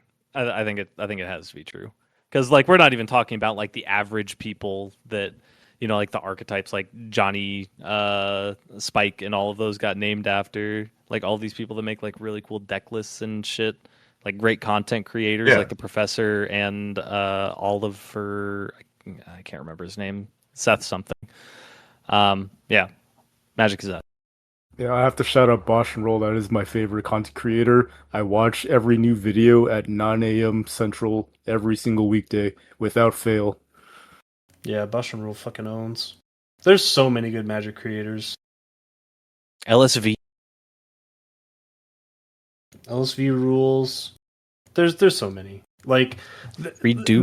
Magic is S tier alone because no other community on this list has a human being that is even on the same echelon as Reed Duke, both in terms of skill and personality. I know I'm not making up this story, but I do remember Reed Duke like helping out people in the parking lot, like pushing someone's car because it wasn't able to move. Easy yes. The highs are so high. Yeah. Yeah. Okay. Outer Wilds. I don't know how much you guys are going to have to say about this, but it's an S tier community. They are the fucking gatekeepers of spoilers, and I just think it is so wholesome how good they are at making sure that everyone that approaches that game has like an honest and true experience. It can come off as like maybe a little bit cringe sometimes, like maybe to an outsider that might not care about the game, but as someone who loves Outer Wilds and thinks that like unique experience is valuable, I think they're a really good community. That's a good point. I have no experience with the Outer Wilds community, but something we didn't mention about the Undertale community is they're the exact opposite of that. Every time someone streams Undertale, they will not like hesitate to be like, "Yo, you're playing it wrong. This is how you do this fight and get the pacifist ending." Oh, So like, no. that community I completely forgot to bring that up, but yeah, Yeah, so that's a really good point. Something, I mean, not Undertale, but like with Fate, when I watch people stream Fate Grand Order, like veterans, they just can't help themselves but yeah, tease at spoilers. I'm just like, dude, just shut the fuck up. Yeah. it's a very human Yeah. thing. So if a community as a whole can avoid doing that, then I don't know anything about it, but if that's true, then I think that's easy S. Agreed. Yeah, like it's hard to say that everyone in the community is like that because I just don't know, but the sentiment is definitely like let people like discover things naturally. Like one of the most upvoted things on the subreddit is always like, "Hey guys, I found this really cool new like let's play of Outer Wilds. He experienced things in like a really unique way," and like it's always really fun to watch those things. Yeah. And I think a lot of it is just because of the like spirit around the game that a lot of people have. Yeah, Yeah. no arguments here. Let's say beneath Magic, just because I think Magic has 3 proponents for S, and none of us Yeah. know Outer Wilds as well as you do. So I think we're all That's true. chilling there. All right. What's the next one? Rhythm game? Rhythm game community, yeah. It's all you This guys. this is one that I think I just have too much knowledge in. So like, this is the community that I grew up in, basically. Like literally, like my formative years were spent with people that played rhythm games. It's where I met Jordan when we were or at least I was like 15 or whatever. Yep. So, yeah, I just know way too much about way too many people in this community that are like pure Satan spawn to say that this community is anything other than D tier. But again, that's because I just know way too many of like the niche communities and the weirdos that are in them and the pedos and the drug addicts and like it's bad. It's really fucking bad. Is I there would any saving argue- grace that could put them into? I would argue, I'd say bottom of sea beneath the Tumblr, just because there are some good people in there, but I am with you that by and large, it's a nightmare to navigate. Even in 2026 too, it's still niche enough that that's still like a thing. Yeah, and I'm willing to concede a C because like I am actually still in a Discord full of like rhythm game people that I knew, and most of them turned out to be relatively happy, normal people. But yeah, like I said, like my mind just immediately jumps to people like I guess I shouldn't name names, but forums like Bamani Sows. Like shout out if you have any fucking idea what I mean when I say Bamani Sows. But that place was full of fucking psychopaths, and I find that hard to ignore. Are we saying C tier? C tier at the bottom. Works for me. I have I'm no mad with real it. opinion. Yeah, I'll concede it because yeah, there are good parts of the rhythm game community. Still have All right, friends from it next to up- this day, obviously. Next up is the Hollow Knight community. I don't know if we mean specifically Silk Song, but that is definitely the one that comes to mind for me. And you guys are going to have to dissuade me from a D because I'm so fucking sick of the Silk posts. I unsubscribed from the subreddit multiple times just because there were so many fucking posts spreading misinformation about like a new patch that was about to come Alright, out, and I just didn't see- see that they had the Silk post. Here's the thing, right? So I put this on this list, and I did specifically mean Silk Song, not Hollow Knight as a whole, because I think the Silk posts are fucking hilarious. Like, I gotta admit, in the beginning, before the game got released, or like in 2026 in the build up to the game getting released, I would go on there and I'd be like, this shit is so fucking cringe and stupid. But as time went on, I kind of got worn down by it, and it's just like it's such a unique flavor of shit posting that an entire community of thousands of people have adopted as almost like this collective unconscious of like, oh God, I keep almost saying things I shouldn't. It's just like dumbass memery, and I'm not gonna advocate for it being any higher than B, but it's gotta be more than D. I think I'm comfortable putting it above the preponderance of racial slurs from Dota 2. I guess. Like if I'm being like particularly harsh, yeah, the silk posts were annoying back into, but I never really saw anything like particularly egregious from this community. I guess if you're counting all of the Hornet Rule 34, then maybe that would count as cringe and bump it down. But I don't know. Community didn't really toss out racial slurs, so that earned some points, I guess. I think the Hornet Rule 34 is what adds to the charm because that shit looks fucking silly. Like it is, like so much of it is like obviously tongue in cheek, right? Like I don't think you're meant to take any aspect of it seriously, and there's just some shit in there that makes me laugh so fucking hard. personally, if I had so the Silksong community is an A in my head, but I think it should be below FGC, above Undertale. Especially I'm if we factor in fine. Hollow Knight to it. I'm fine with wherever it goes because I do think that bringing up Silk Post as a determining and differentiating factor is important. Because to me, this community and From Software community, like they're just the same thing to me. I think that the Silksong community being above Undertale, I agree with. I would rather bring Undertale down than Silksong up, but I'll defer to you guys. I'm fine with it goes if it goes above Undertale, but those are my feelings. I'm Listen, indifferent. all I'm gonna say is if it can't be B, it's got to be the eternal top of C. I'm fine with that. Okay. The FromSoft community, Elden Ring, Dark Souls, Bloodborne, all that shit. The Get Good crowd. I Uh, personally don't like them, but like I don't feel that strongly about it. Other than I just don't like the gatekeepingness of it.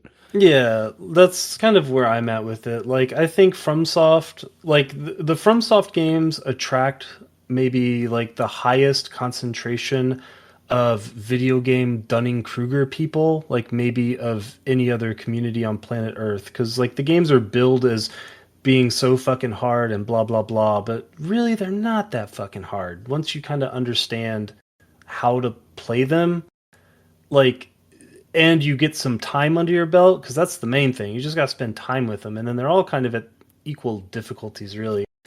But yeah, the degree of gatekeepy get goodness is just it's just fucking cringe. But on the other side of that, I do think they have some good memes. Like I like the guy that wears the pot on his head and kills Melania, Yeah. whatever the fuck. Let me solo her. Yeah. Like that guy is cool. There's a lot of good Souls content creators, I think. I really, for some reason, love watching the Dark Souls 1 speedrun. I don't know why. I just do. It's a good run. Um, so yeah, I think either bottom of B or top of C. I'm not sure how I feel about it. I think my honest feelings are that I like this community more than the League of Legends community. And the reason for that is how do I explain this? It's like much like the games for which they are a community of, the less they say, the better. So if you are interacting with these people like in the game with the tools that the game provides, it'll usually be like a pretty good experience one way or another. Because like I remember when Dark Souls 3 came out, I just did like non-stop invasions of the area directly after Pontiff Sullivan because like everyone was doing like community arenas in there before the DLC came out and there was an actual arena. And I just had so much fun just like sitting down in that little area and emoting with people that came into the world and just watching everyone fight. And that's like purely game community driven. It's not like the Reddit community for Dark Souls 3. It was just the actual community of people playing the game. And I don't feel like my experience with that was unique. I'm sure that stuff like that popped up a lot. And I just think that that element of the game and the kind of people it attracts to like follow the rules in that way is really cool. I agree. Yeah, I won't argue. I think it's also something that should be called out for most of these communities is if you have voice chat in your game, you're probably going to end up way lower than games that don't. True. Yeah, that makes sense. True. Yeah, I feel like it should be at the top of B. If you guys feel like it should go lower from there, that's all you. All I know is I'm looking at this right now. I cannot accept where old FGC is on this list currently. You think If it we're should gonna be putting higher? FromSoft above shit like Yipes and Justin Wong, and admittedly also Spooky, to be fair, like 5-4s. yeah, I we'll reorder it later. That's just my gut feeling right now. What you guys said earlier about it makes me think that it's like low A. I think it's S personally, but I won't fight for it. Okay. Next one, is this just the speedrunning community? Yep. which is a huge swath, but we're not going to break anything down because I don't think anyone really has any experience with the individual communities past me. This is more than just GDQ, right? Because that's my main exposure to. Sure. That's just the Yeah. icon that I use. It's Yeah, just because like speedrunning as a whole. yeah, because like outside of GDQ, like everything that I could think of about this community is basically just controversial, right? Yeah. I mean, they're all, well, I guess not anymore. It used to be that anytime there was a GDQ, you were gonna see some like fucking cringe compilation afterwards or whatever. Oh yeah, those are great. Like the chibi dude Yeah, during like was exactly. it Tomba or something like that? Where Yeah. the guy that speeder was like, I really prefer if you just like be quiet. Or the guy Oh that my told the God. audience to go and walk in front of the tram outside. The best one Oh, that I I forgot about saw, that. the best one that I saw recently was like a YouTube essay on the worst speedrun ever, and it was some guy who ran, I think it was Halo 1, and come to find out after the event that he had cheated every single one of his runs. So when he did the run live, it was marked for like 2 hours, but it took him like five because he kept dying, and That's great. I saw he had to that. like lower the difficulty. It was like the craziest fucking thing. But okay, anyway, speedrunning community. So Jordan is by far the most familiar with all of these people, having been a speedrunner himself at one point. I kind of tangentially know a lot of people in the speedrunning community, specifically because of the rhythm game community. For whatever reason, there's like a lot of crossover there. So I know people in it, but I haven't ever really been a deep part of any of the actual communities. But yeah, I'll let Jordan say what he thinks it is on the tier list. I mean, I think it's the easiest S that we've talked about yet. I mean, I just think with all the different communities and everything, it's the most accepting thing you'll ever see. There's no money in it for 97% of people, so it's all for the love of the game. So it's not people, there's not a lot of gatekeeping in a lot of things. For when you get to the bigger ones, there kind of starts to become gatekeeping. Like they'll put like their time and your name like when you join a Discord and stuff like that. And I don't like things like that. But usually that's limited to just like if you start doing like Mario 64 and like Ocarina of Time and like the bigger ones, and it's just really just try to just differentiate people because there's just so many people in those communities. But overall, I mean, I just think it's fantastic. It's super welcoming, and they're not really doing it for money. I think GDQ itself as an organization is kind of a little more like Marvelified of just it's super sanitary. It's kind of like a there's SGDQ pre like 2016 and SGDQ post 2017. Like it's the same thing like with the fighting games, but I don't think that you guys know enough about either one to really warrant splitting that. But yeah, I just think it's a fantastic community. I do agree with that. Like I've never been intimately involved in any of the communities, but I followed it like heavily and knew people in it. So I definitely get what you're talking about with GDQ. And I mean, I think like viewer numbers reflect that, right? I don't think it's like a fraction of as popular as it was back in the. Yeah. I will say that like I've had some like run-ins with people from the speedrunning community that really like poison the well and make me think very negatively of a lot of people in that community. But to your point about it being very welcoming and everyone kind of being accepting of just about any fucking human being on planet Earth, I think is true. And Yeah. I think that does make it pretty S tier. Yeah, and I think from that perspective, Jordan definitely gave me some insight that I appreciate there. But I think from my perspective too, I think, and I mentioned this before, there's just a lot of really good content creators in this space. Like, Yeah. who the hell else? What other community is going to make a 2-hour video about how to do back in times in Super Mario 64 and shit like that, or like the amount of depth that they go to explain some of this stuff.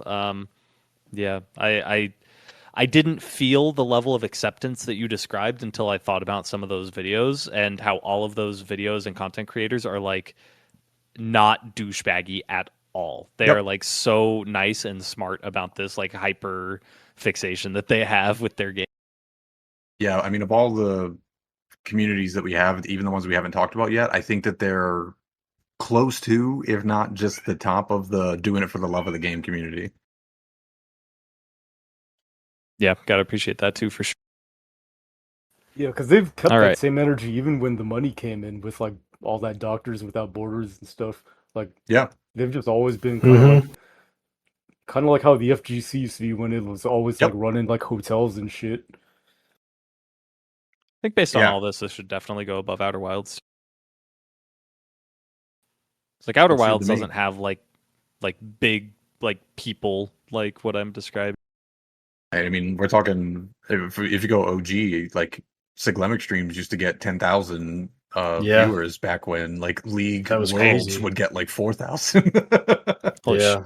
Yeah, he was like the biggest thing on Twitch up to that point, I would Like think. literally everyone using the website when he was on a world record run would go open Mhm. the stream. Yep, it Everyone was using crazy. the website. It's so insane looking back on it now versus like the standards that we have, because like 90% of the time he was playing, there was no webcam, there was no microphone. He Yep. was just fucking playing Mario 64, not commentating or nothing, and people were glued to that shit. Yep. It's pretty crazy to think about it now, whereas Twitch, like, no one even goes to that site to watch video gaming anymore, really. Yep. 90% of it is just chatting, Yeah. and the other 10% is just bathtub stream. Probably Okay. more than StarCraft community. I don't know a lot about this.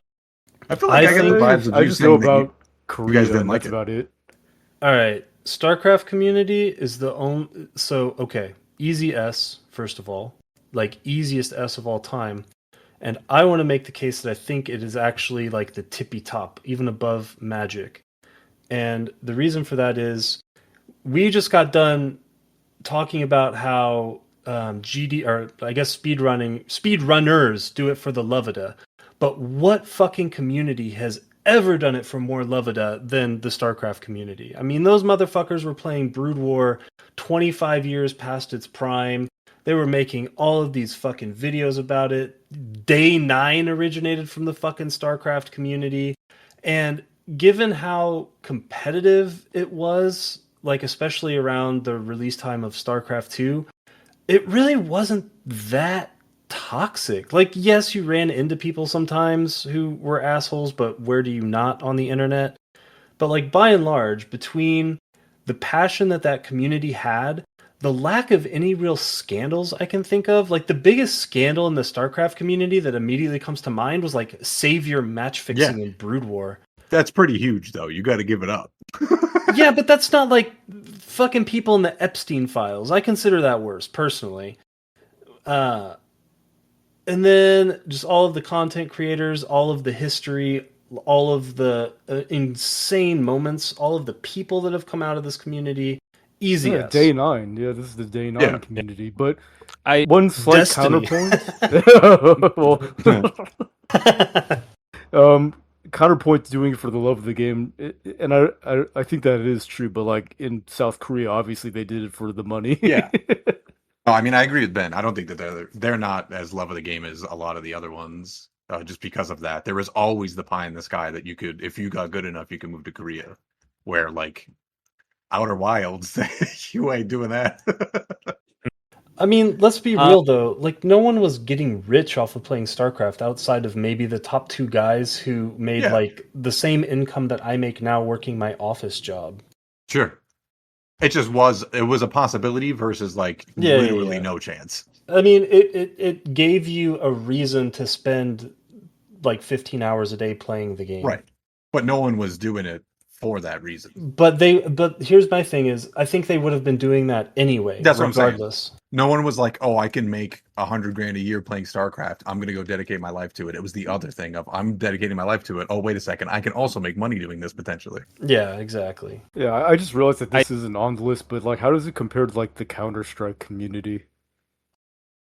I was kind of lumping them mentally in my head with boomer shooters to a degree, just because like there's a lot of the same people.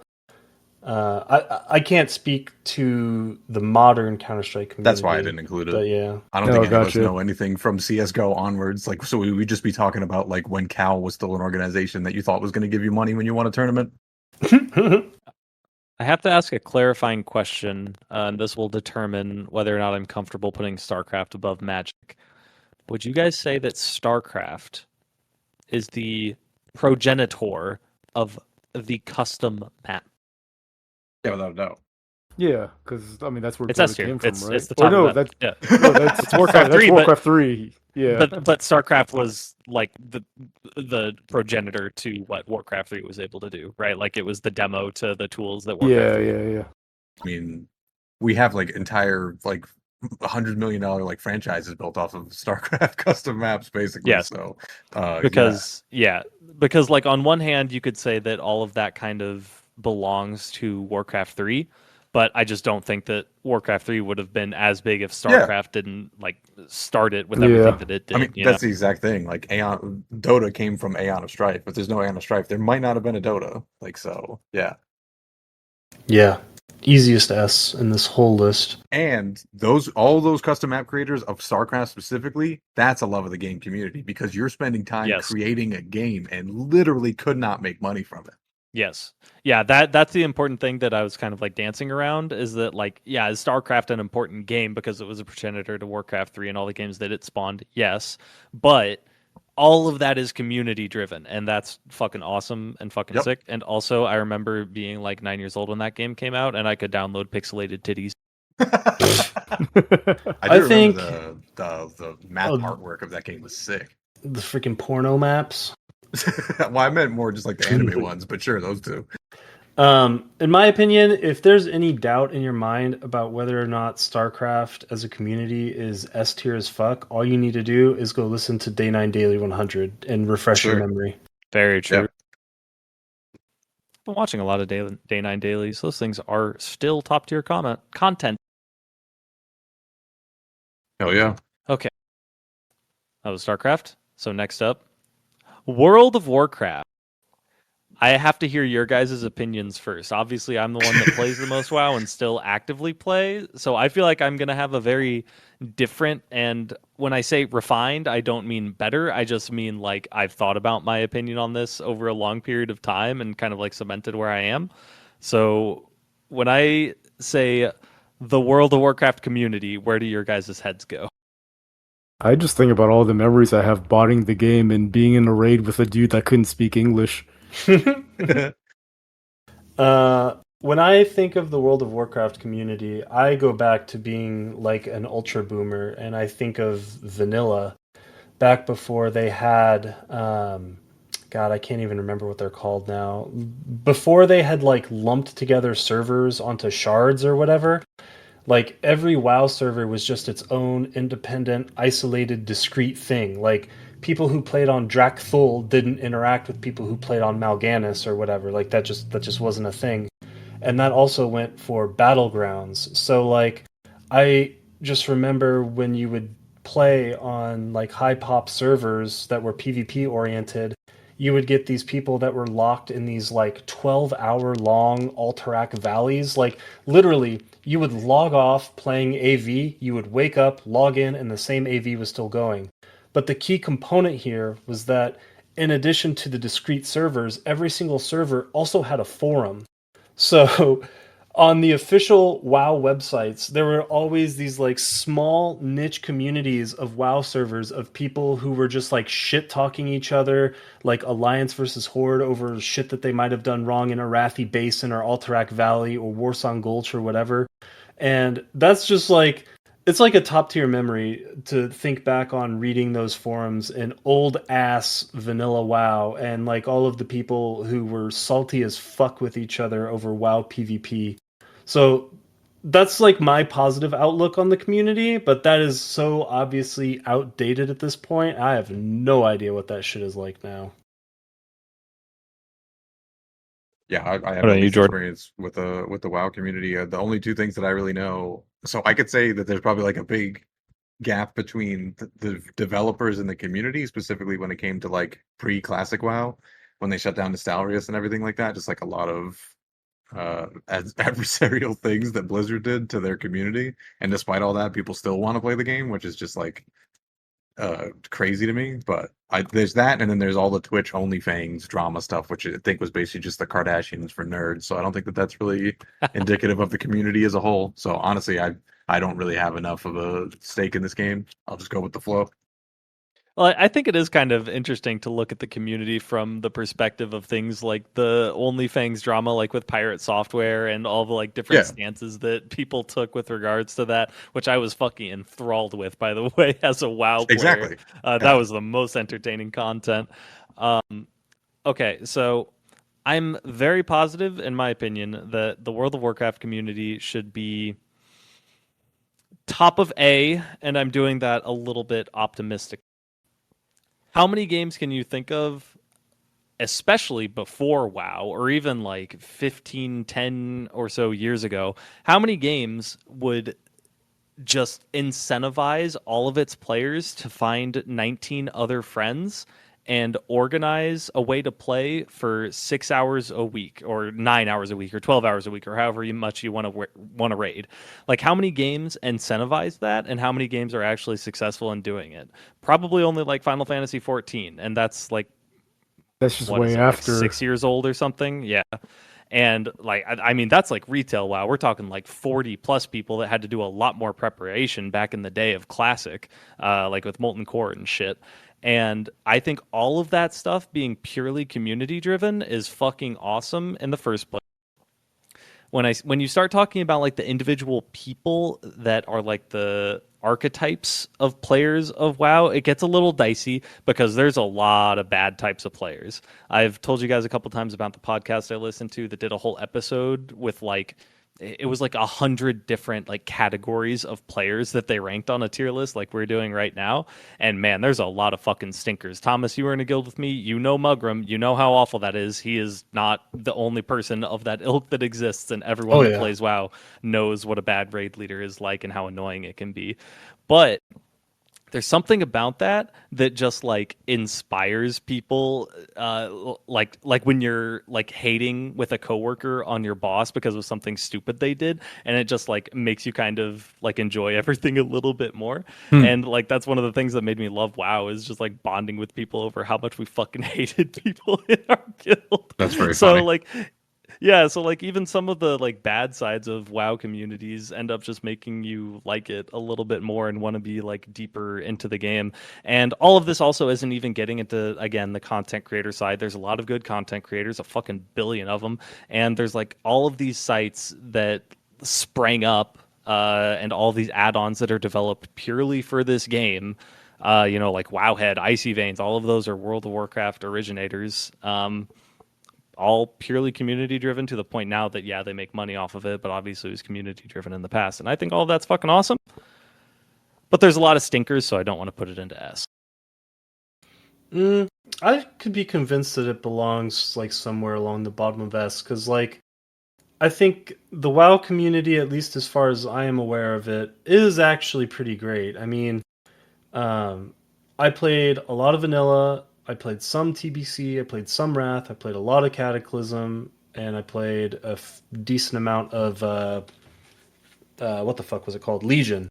So like all of the stuff you're saying about the guild social dynamics definitely rings true. Like I was always playing with like something awful goons, and that was always kind of an experience in and of itself because that guild was so fucking big that you always had these subgroups within subgroups within subgroups.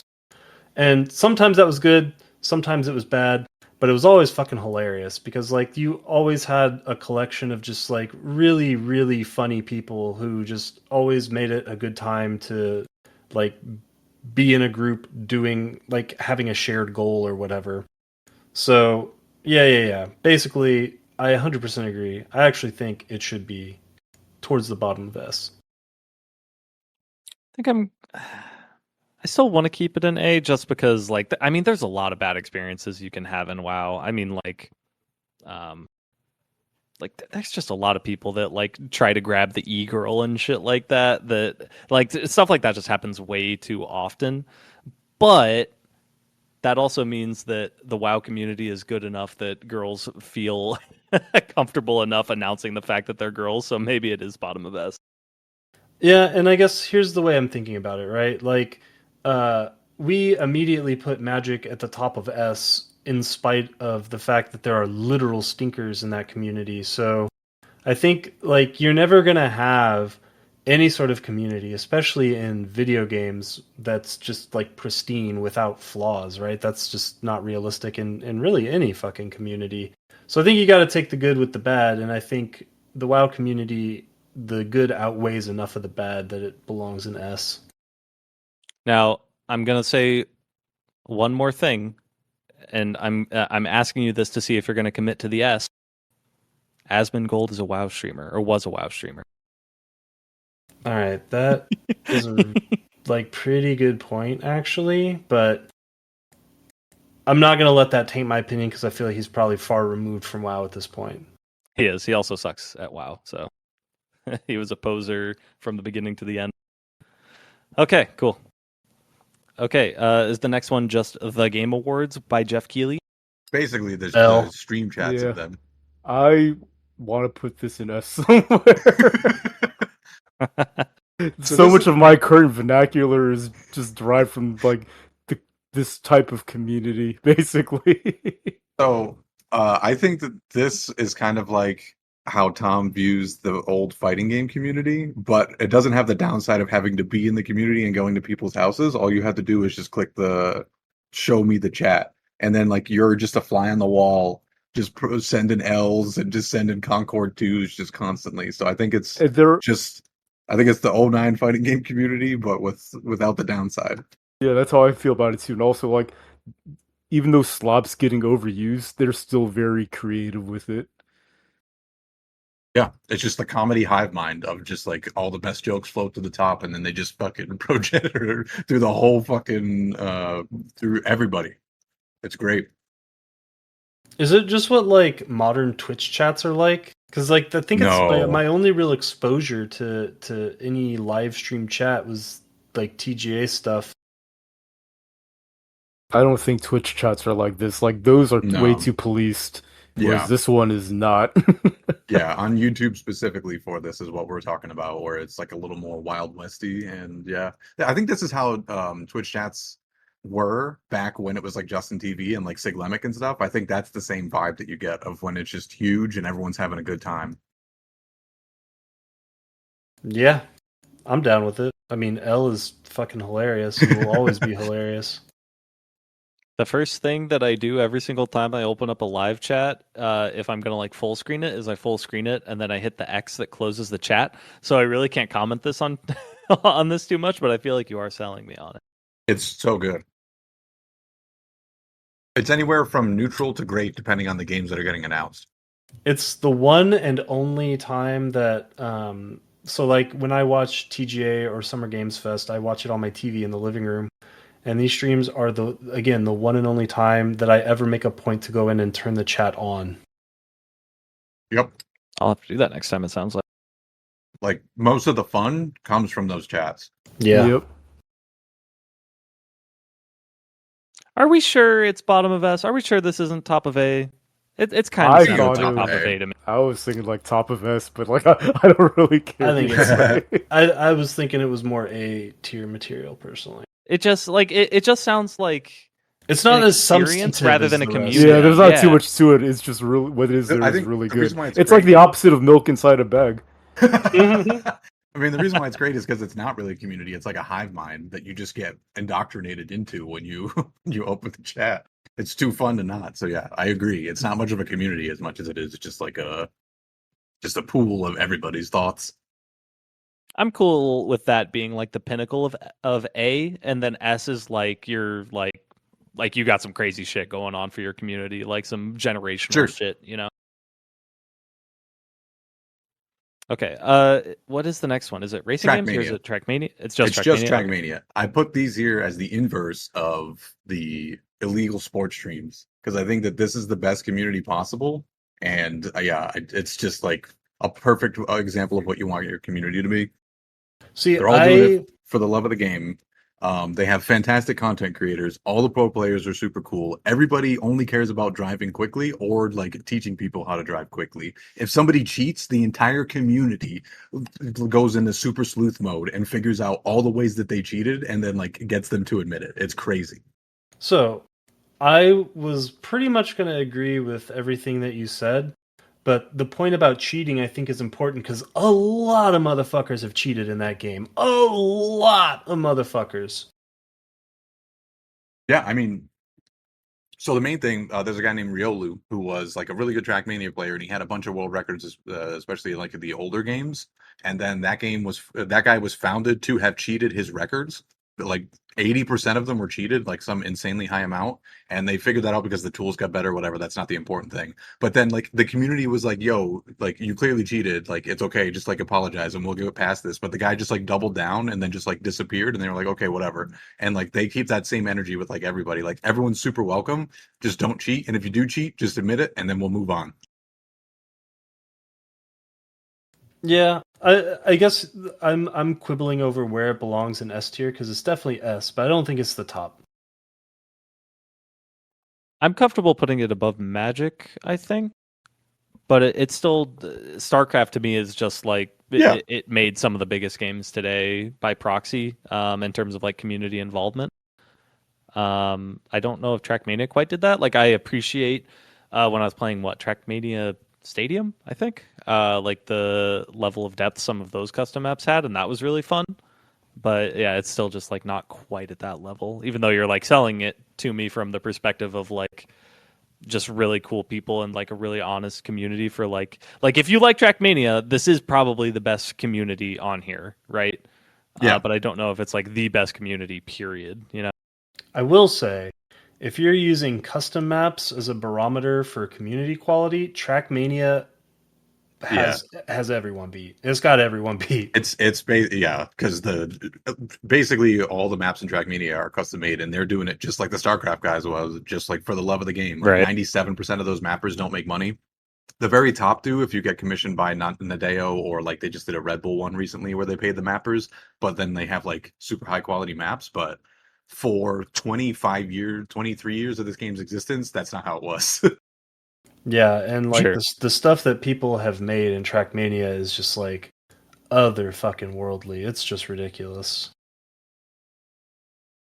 Yeah, I But think I'm happy with this placement. I'm down Yeah. with putting it one beneath StarCraft because the French did make it, so we can drop it down. yeah, fair enough. Okay, the next one. Gotcha gamers. Okay. I know 3 people who play gotcha games in my life actively. One of them is in here. It's Ben. The other one is Cass, my partner. And then the third one is a cool WoW friend that I have that may or may not be listening. All of these people are really cool. And because of that, it makes me want to put gotcha games into S. So talk me down I from that. I wanted to put it at the top of this, but I'm extremely biased. I This is like the most unique, self-aware community ever with and I mean, like according to like all the criteria that you guys have brought up for all these other communities, like it should be brought down because like there's a lot of toxicity, but it's the type of toxicity that like generates like infinite entertainment for me specifically. That's why I just love this community so much. Like there's no other community that keeps track of like all the revenue that every game makes and Oh, shit sure. talks each other with. It's like Yeah. your game made only 50 million this month. It's gonna go get shut down. Like that's just the best shit to me. There's nothing better. Also, like the hottest cosplayers, amazing content creators, and I just like the games a lot. That's hilarious. I don't know anything about this community, but I did know that they shit talk each other about how much money they make, which is how much that could like permeate through the internet. But So, yeah. and there's also like there's like metagaming to it. Specifically, there's only this only applies to like some gotcha games that actually have like end games that are quote unquote competitive, where like they're hard, so you have to like have good characters and stuff to beat them. And so these games also usually have like beta cycles where people can like test it out before it becomes live.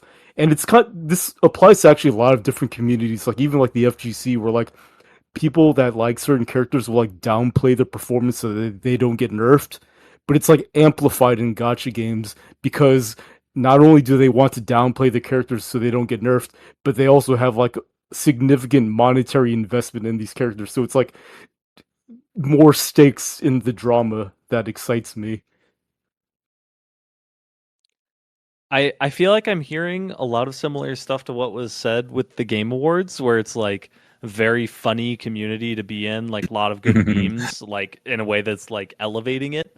but what is it about it that's pushing it into S tier? I have my Oh, reasons no, I'm just very, that very I would agree with. biased. That's all. But, like, I think with obviously, it should go wherever you guys want to put it. Because, like, obviously, like, even if I want to put it at the top of S, I don't think that you guys will accept that. I think Well, I you would and I, accept S before Lakari got caught with his Yeah, but he weird got, but fetishes. yeah, but this with the same thing that you guys said with Smash, Yeah, like he was he ousted, did get owned. literally immediately, literally Very just true. immediately exiled. But I think that this is kind of like a reflection of the community. Like they're all doing that, but he just got caught. That's fair, but that's probably like a lot of these, if you really think about it. But probably, yeah. Yeah, I find it hard to believe that there's not a shitload of people in the Epstein files and like the Magic and speedrunning community, to be honest.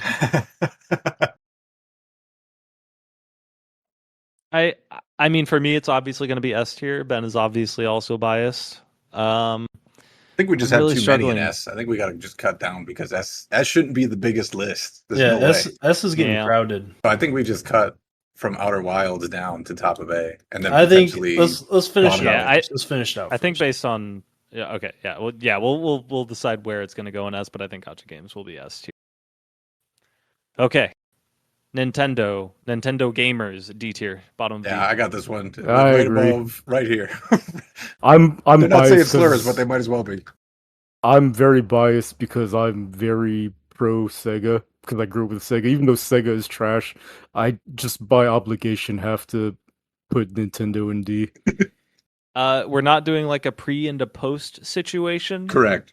This is at least as I'm viewing it, like current Nintendo. Correct. And as far as I can tell, everything about current Nintendo just wants to shit on everything I loved about them with the games that I had growing up. So like Breath of the Wild and Tears of the Kingdom are perfect examples where they just took everything I loved about Zelda and just threw it in the fucking garbage. And then it's just like bastardizing their own brands, like constantly never making anything new. And yes, this is more of a Nintendo rant than the community was gonna rant. s- I'm now realizing that. Yeah, I was gonna But say you're not wrong. but this shit is popular. Like everyone, when Breath of the Wild came out, it was like, oh, this is such a breath of fresh air. That's why it's called Breath of the Wild. And that shit just makes me fucking cringe. And I don't want to interact with anyone who calls himself a Nintendo fan anymore because of all of that. This, I guess, Pokemon also gets lumped into this, right? Because like that series is like Of course, serious yeah. Stockholm syndrome, like crazy. Like they still sell, like every new game still sells like crazy, and the games are just. I mean, Yeah. obviously this is subjective, but I think most people agree they're not very good in Sure. terms of like craftsmanship and quality. Like fun aside, like the more objective part is the craftsmanship and like how well together they're put. And like as a game developer, like I look at those games and they're fucking embarrassing. Like I don't know what they're doing with Mhm. those games, but they run at like 20 frames per second and they look like 3DS Yeah. games. Like what's going on? And it's like we can criticize Nintendo for this, but people are just eat it the fuck up. Like this entire people who are like are like buying the Switch 2 on day one are happy with these products. Like, Yeah, I think Ben said it best when he used the term Stockholm syndrome. That's kind of how I feel about most Nintendo fans at this point. Like, it does not matter what Nintendo puts out. If there's some fucking millennial with the nostalgia glasses on, they will just accept whatever Zelda slop, Mario slop, whatever Nintendo slop comes out of their fucking buttholes with wide open arms just because it's I don't think that they're as critical about the actual games themselves as they just want to be immersed Yep. in the branding. Yeah, I mean they're like Exhibit A, B, and C for like IP will drive your sales for everything. Because yeah, I mean Nintendo was the GOAT until basically around where Iwata died, and then Nintendo just became this just absolutely terrible company. And then yeah, to your everybody's point here, they're very all the Nintendo stands are like super elitist about it, and like they try to defend everything that the company does and try to say that the games are still like the best thing ever. But like I mean, like Ben said, like the Pokemon games are objectively like so much about like the performance of those games are just bad. I will say that the Pokemon games, like the actual gameplay of those, are It's the only competitive turn-based RPG. Like nothing else has even Yeah. come close. So I got to give it up for how crazy that is to come up with that. But everything else around that is terrible, and people Yeah. don't say that. And I need to follow up what you just said by saying we've kind of shit on a number of different communities through all of this. While we're talking about Nintendo, this is the only time I felt, oh, someone is going to listen to this and make an angry comment because we're like shitting on their favorite game or whatever. It's the only community where I can viscerally feel that that's going to happen. I mean, yeah, like I said at the start of it, none of us are as dumb as all of us. So if you could just understand that we're not making fun of you as an individual, but you as the hive mind, then they should be fine. I'm making fun of you, listener. If you're making an angry Nintendo comment right now, I am making fun of you specifically. If you liked Breath of the Wild, I'm also making fun of you. Jesus. That's a lot of people. It's a shitload of people. For everybody who likes Breath of the Wild, Tom said that. I fucking stand on business there too. Okay, fuck Nintendo. Our last one with the IGN logo. This is our normies. This is our COD enjoyers, our Halo enjoyers, and so on and so on. This kind of feels like how Jordan had illegal sports streams at the bottom and Trackmania at the top. This feels like it should be dead center, but I feel like it's not going to be dead center. Okay, that's where you were going. I thought you were going to say it's only slightly better than the sports streams. People, No. I think it's a little bit lower than that. I'm gonna be honest. Go ahead, Tom. I'm gonna be honest. I think that normies are the bottom of A tier. Here's why. First of all, they're not the type of people that are gonna go post really annoying, god-awful shit on Reddit. And they're also probably the majority of the people that you've ran into in your life who play games. Like, how many people have you run into in your life where they're like, oh, you like to play games? Bro, what's your Steam user ID or whatever the fuck? And like, you have to do this delicate dance of how much do they actually like games? Like, do they understand that, like, literally this is my life?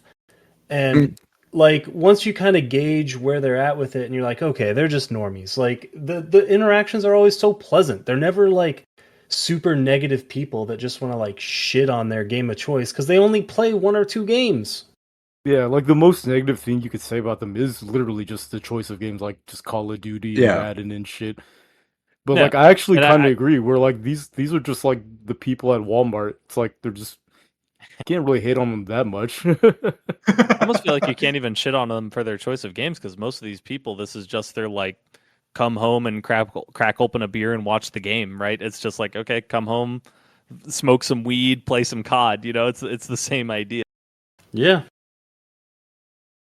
I don't think it's bottom of A though. I'll give you top of B, and mainly it's because of people like the guy, the Splitgate developer CEO, who's like the epitome of like a Halo bro. I just think that there's like an amount of smugness to that attitude of like they don't make them like they used to for like Halo 2 people that I think I definitely don't want it to be an A because of that.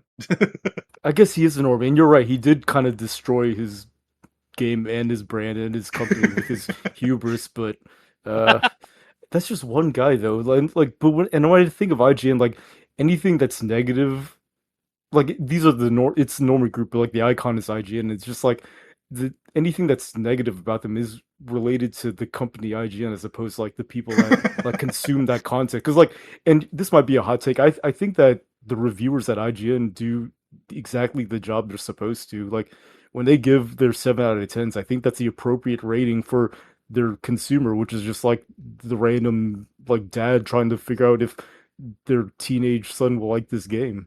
I mean, for 2026 IGN is way different than 2019 IGN. Just to make that distinction. 2019 IGN is the epitome of don't leave a bad review because they won't give us money anymore. 2026 is definitely what you said, where they have like the Metroidvania guy, they have the Mario guy, and then that guy rates the games like fairly. Yeah, that's a good point. Like, but like at the same time, I kind of think that there's value in not having like niche reviewers and just having just everyman reviewers because that's just like for their business model, there's just no value in like rating like a fighting game because who the fuck cares about fighting games and then it's going to IGN? This is nobody. Same thing with like bullet hells. Like, what's the point of like having an IGN review for a bullet hell? Because like, if you're playing bullet hells, you're just going to buy all of them because Yeah. like there's just not enough supply for the demand, which is already small. Yeah, and I think that this is why I think that they belong at bottom of A tier, because like I feel like the normies, they know their lane and they stick to it, and they're like harmless inside of that lane, like even pleasant. I'm fine with I, B I though, top of B. I think top Yeah, yeah, B I because A is about to get flooded, and then IGN's going to get kicked, or not IGN. Normie's going to get kicked down because A is about to be flooded. I think.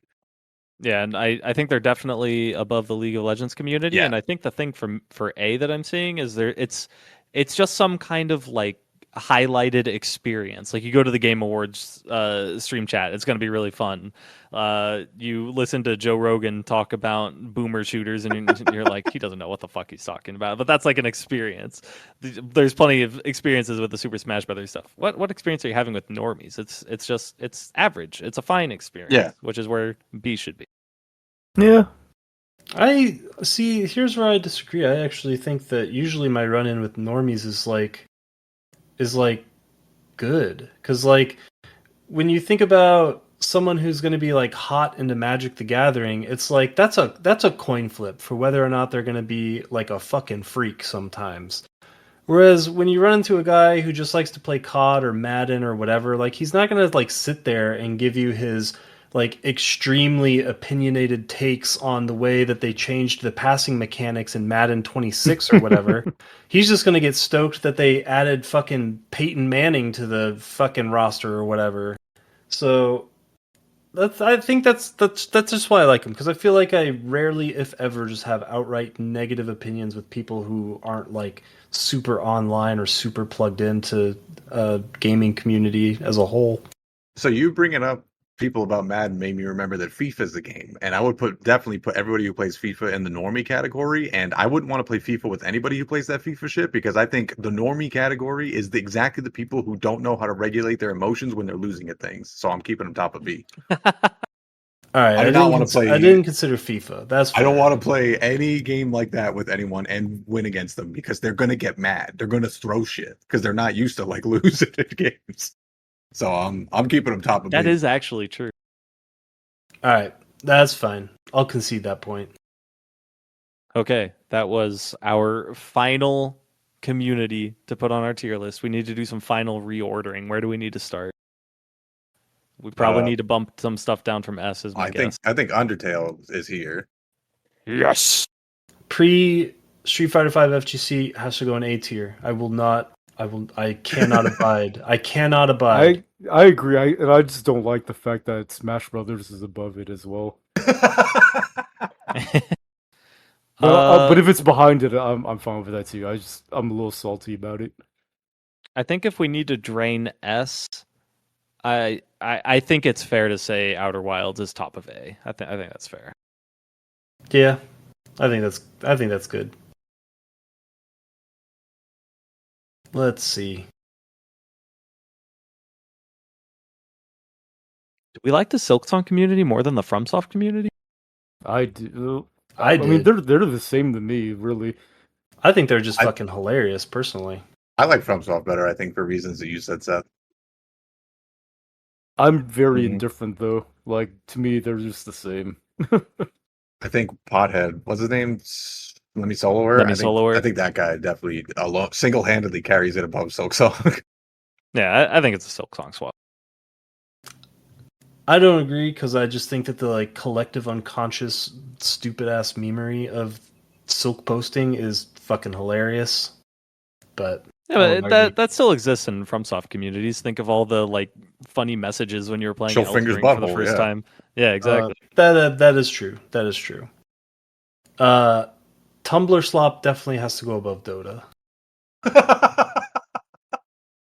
That's you said above Dota? Yeah. Wants to do this. Yeah. That's I just funny. feel bad putting some of the content creators for Dota under Tumblr, but it makes sense. They would probably agree with you.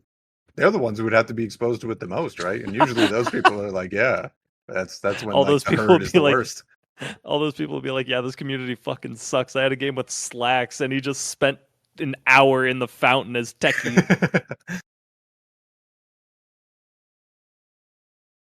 I'm trying to decide if we really feel like WoW should be S tier. Because I'm not familiar enough with gacha games to have an opinion. I personally think Gotcha should be higher, but like it is what it is. I mean, WoW is the longest running, like primarily community driven game out there. I have trouble putting it into A just on that alone. I am fine with all of them just staying in S. That's just me. If we think Gacha should go above WoW, I'm open to that, but I think that I'm fine I with feel it like all just of being the where it is because my bias is speaking when I say it should be at top of S. Like well, yeah, where but it is right we're now is both fine. biased. Like Yeah. my fucking significant other is a gotcha gamer, and I Uh, talk to her about that shit every day. I want to put it at top of S too, but I'm reining it in by putting it closer to the bottom because of the other two people in here that don't play those games. I mean, I would say if World of Warcraft, I don't know anything about retail, but Wrath of the Lich King and prior, I would think WoW is here.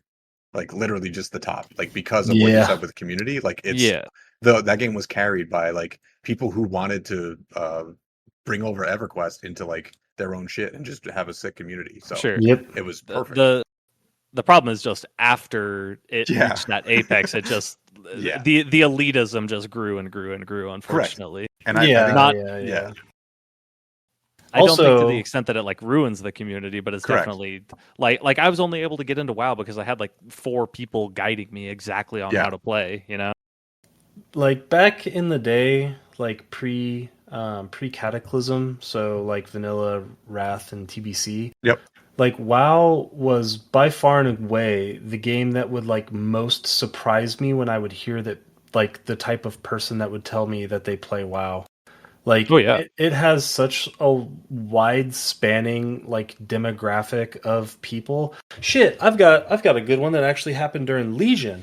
So when I was working in environmental consulting, it would take me into a lot of very dirty, very dingy factories. And I remember going to this one on the east side of Indianapolis. It was a steel mill, and you would walk in there and you would wonder how people weren't just dying every day from the safety shit that they had in place. But the plant manager of that place, who is this like Midwestern good old boy, definitely voted for Trump, has that kind of accent, and works in a fucking steel mill long enough that he became the boss, right? Like he's that type. That dude asked if I wanted to raid with him in Legion one time, and I was like, "What the fuck? I didn't even know So he funny. played WoW. I don't know how he found out I play WoW, but I ended up fucking playing World of Warcraft with this like redneck steel mill worker from the east side of Indianapolis." And that's really funny. it's fucking crazy. There's so many stories I can think of like that with WoW, where like I would just be having a conversation with somebody and like the conversation would steer towards gaming and they'd be like, "Oh yeah, I play World of Warcraft" back in like 2004 to 2008 ish. Yeah, I think the thing that surprised me the most once I got like deeper into higher ish or like mid to high rating or like mythic rating, I guess is what I'm trying to say, is just how much overlap there is with WoW and weightlifting. There are so many fucking weightlifters in WoW. It's insane. It like a quarter of every guild I'm in has had a ton of weightlifters. It's crazy. It's funny as hell. To do with the progression, I guess. Yeah, I mean it's just like chores and like it's all like doing your dailies. Going to the gym is a Exactly, daily. yeah. It activates the same part of your brain. Exactly, yeah. All right, do we feel this is the finalized list? Are we happy about this? Any final moves? I think I'm good. I think S being the biggest is fun. Because That was a typically surprise. that's not typically that's not how you would think something like this would go, right? So I'm I cool with can't- I saying thought we were people going to cool. shit on all these people. Same. I don't know enough about Gotcha to have an opinion, but I can't really talk myself into lowering any of these off of S. Like, Yeah. You I think know, this is perfect. just like me, you know 3 people who play gotcha games, and you know that they're all really cool. So okay, so once again for our Spotify listeners, this is our final tier list for our community rankings. StarCraft, top of S, and then the Trackmania, then Magic the Gathering, Speedrunning, World of Warcraft, then Gotcha Games. In A tier, we have Outer Wilds, then the Game Awards stream chat, Boomer Shooters, the Smash Bros community, Fighting fighting game. games pre Street Fighter V. There we go. In B tier, we have Normies, then League of Legends, post Street Fighter V fighting games, FromSoft, then Silksong. C tier, we have Undertale, Tumblr, Dota 2, rhythm games. Finally, in D tier, we have hero shooters, CRPG boomers, Nintendo gamers, illegal sports streams. Oh shit. We did it. Are there any that while we were discussing you guys felt like we might have forgotten about? Because Not to the point of where this is a I'd perfect be able list. to talk about like authoritatively, or any of us would be able to, like Pokemon the video game, right? That's why I didn't include it, because none of us know shit about that. Yeah. Yeah. I felt like I was pretty locked in. I wish I could have done more like puzzle game communities, but I feel like there's not like a ton of them. Those are super niche. Yeah. But that was if you forgot, that was our milk inside a bag of milk of episode of bag milk inside episode bag milk episode. See, that was just as funny as the game itself and the comedy. Before you see.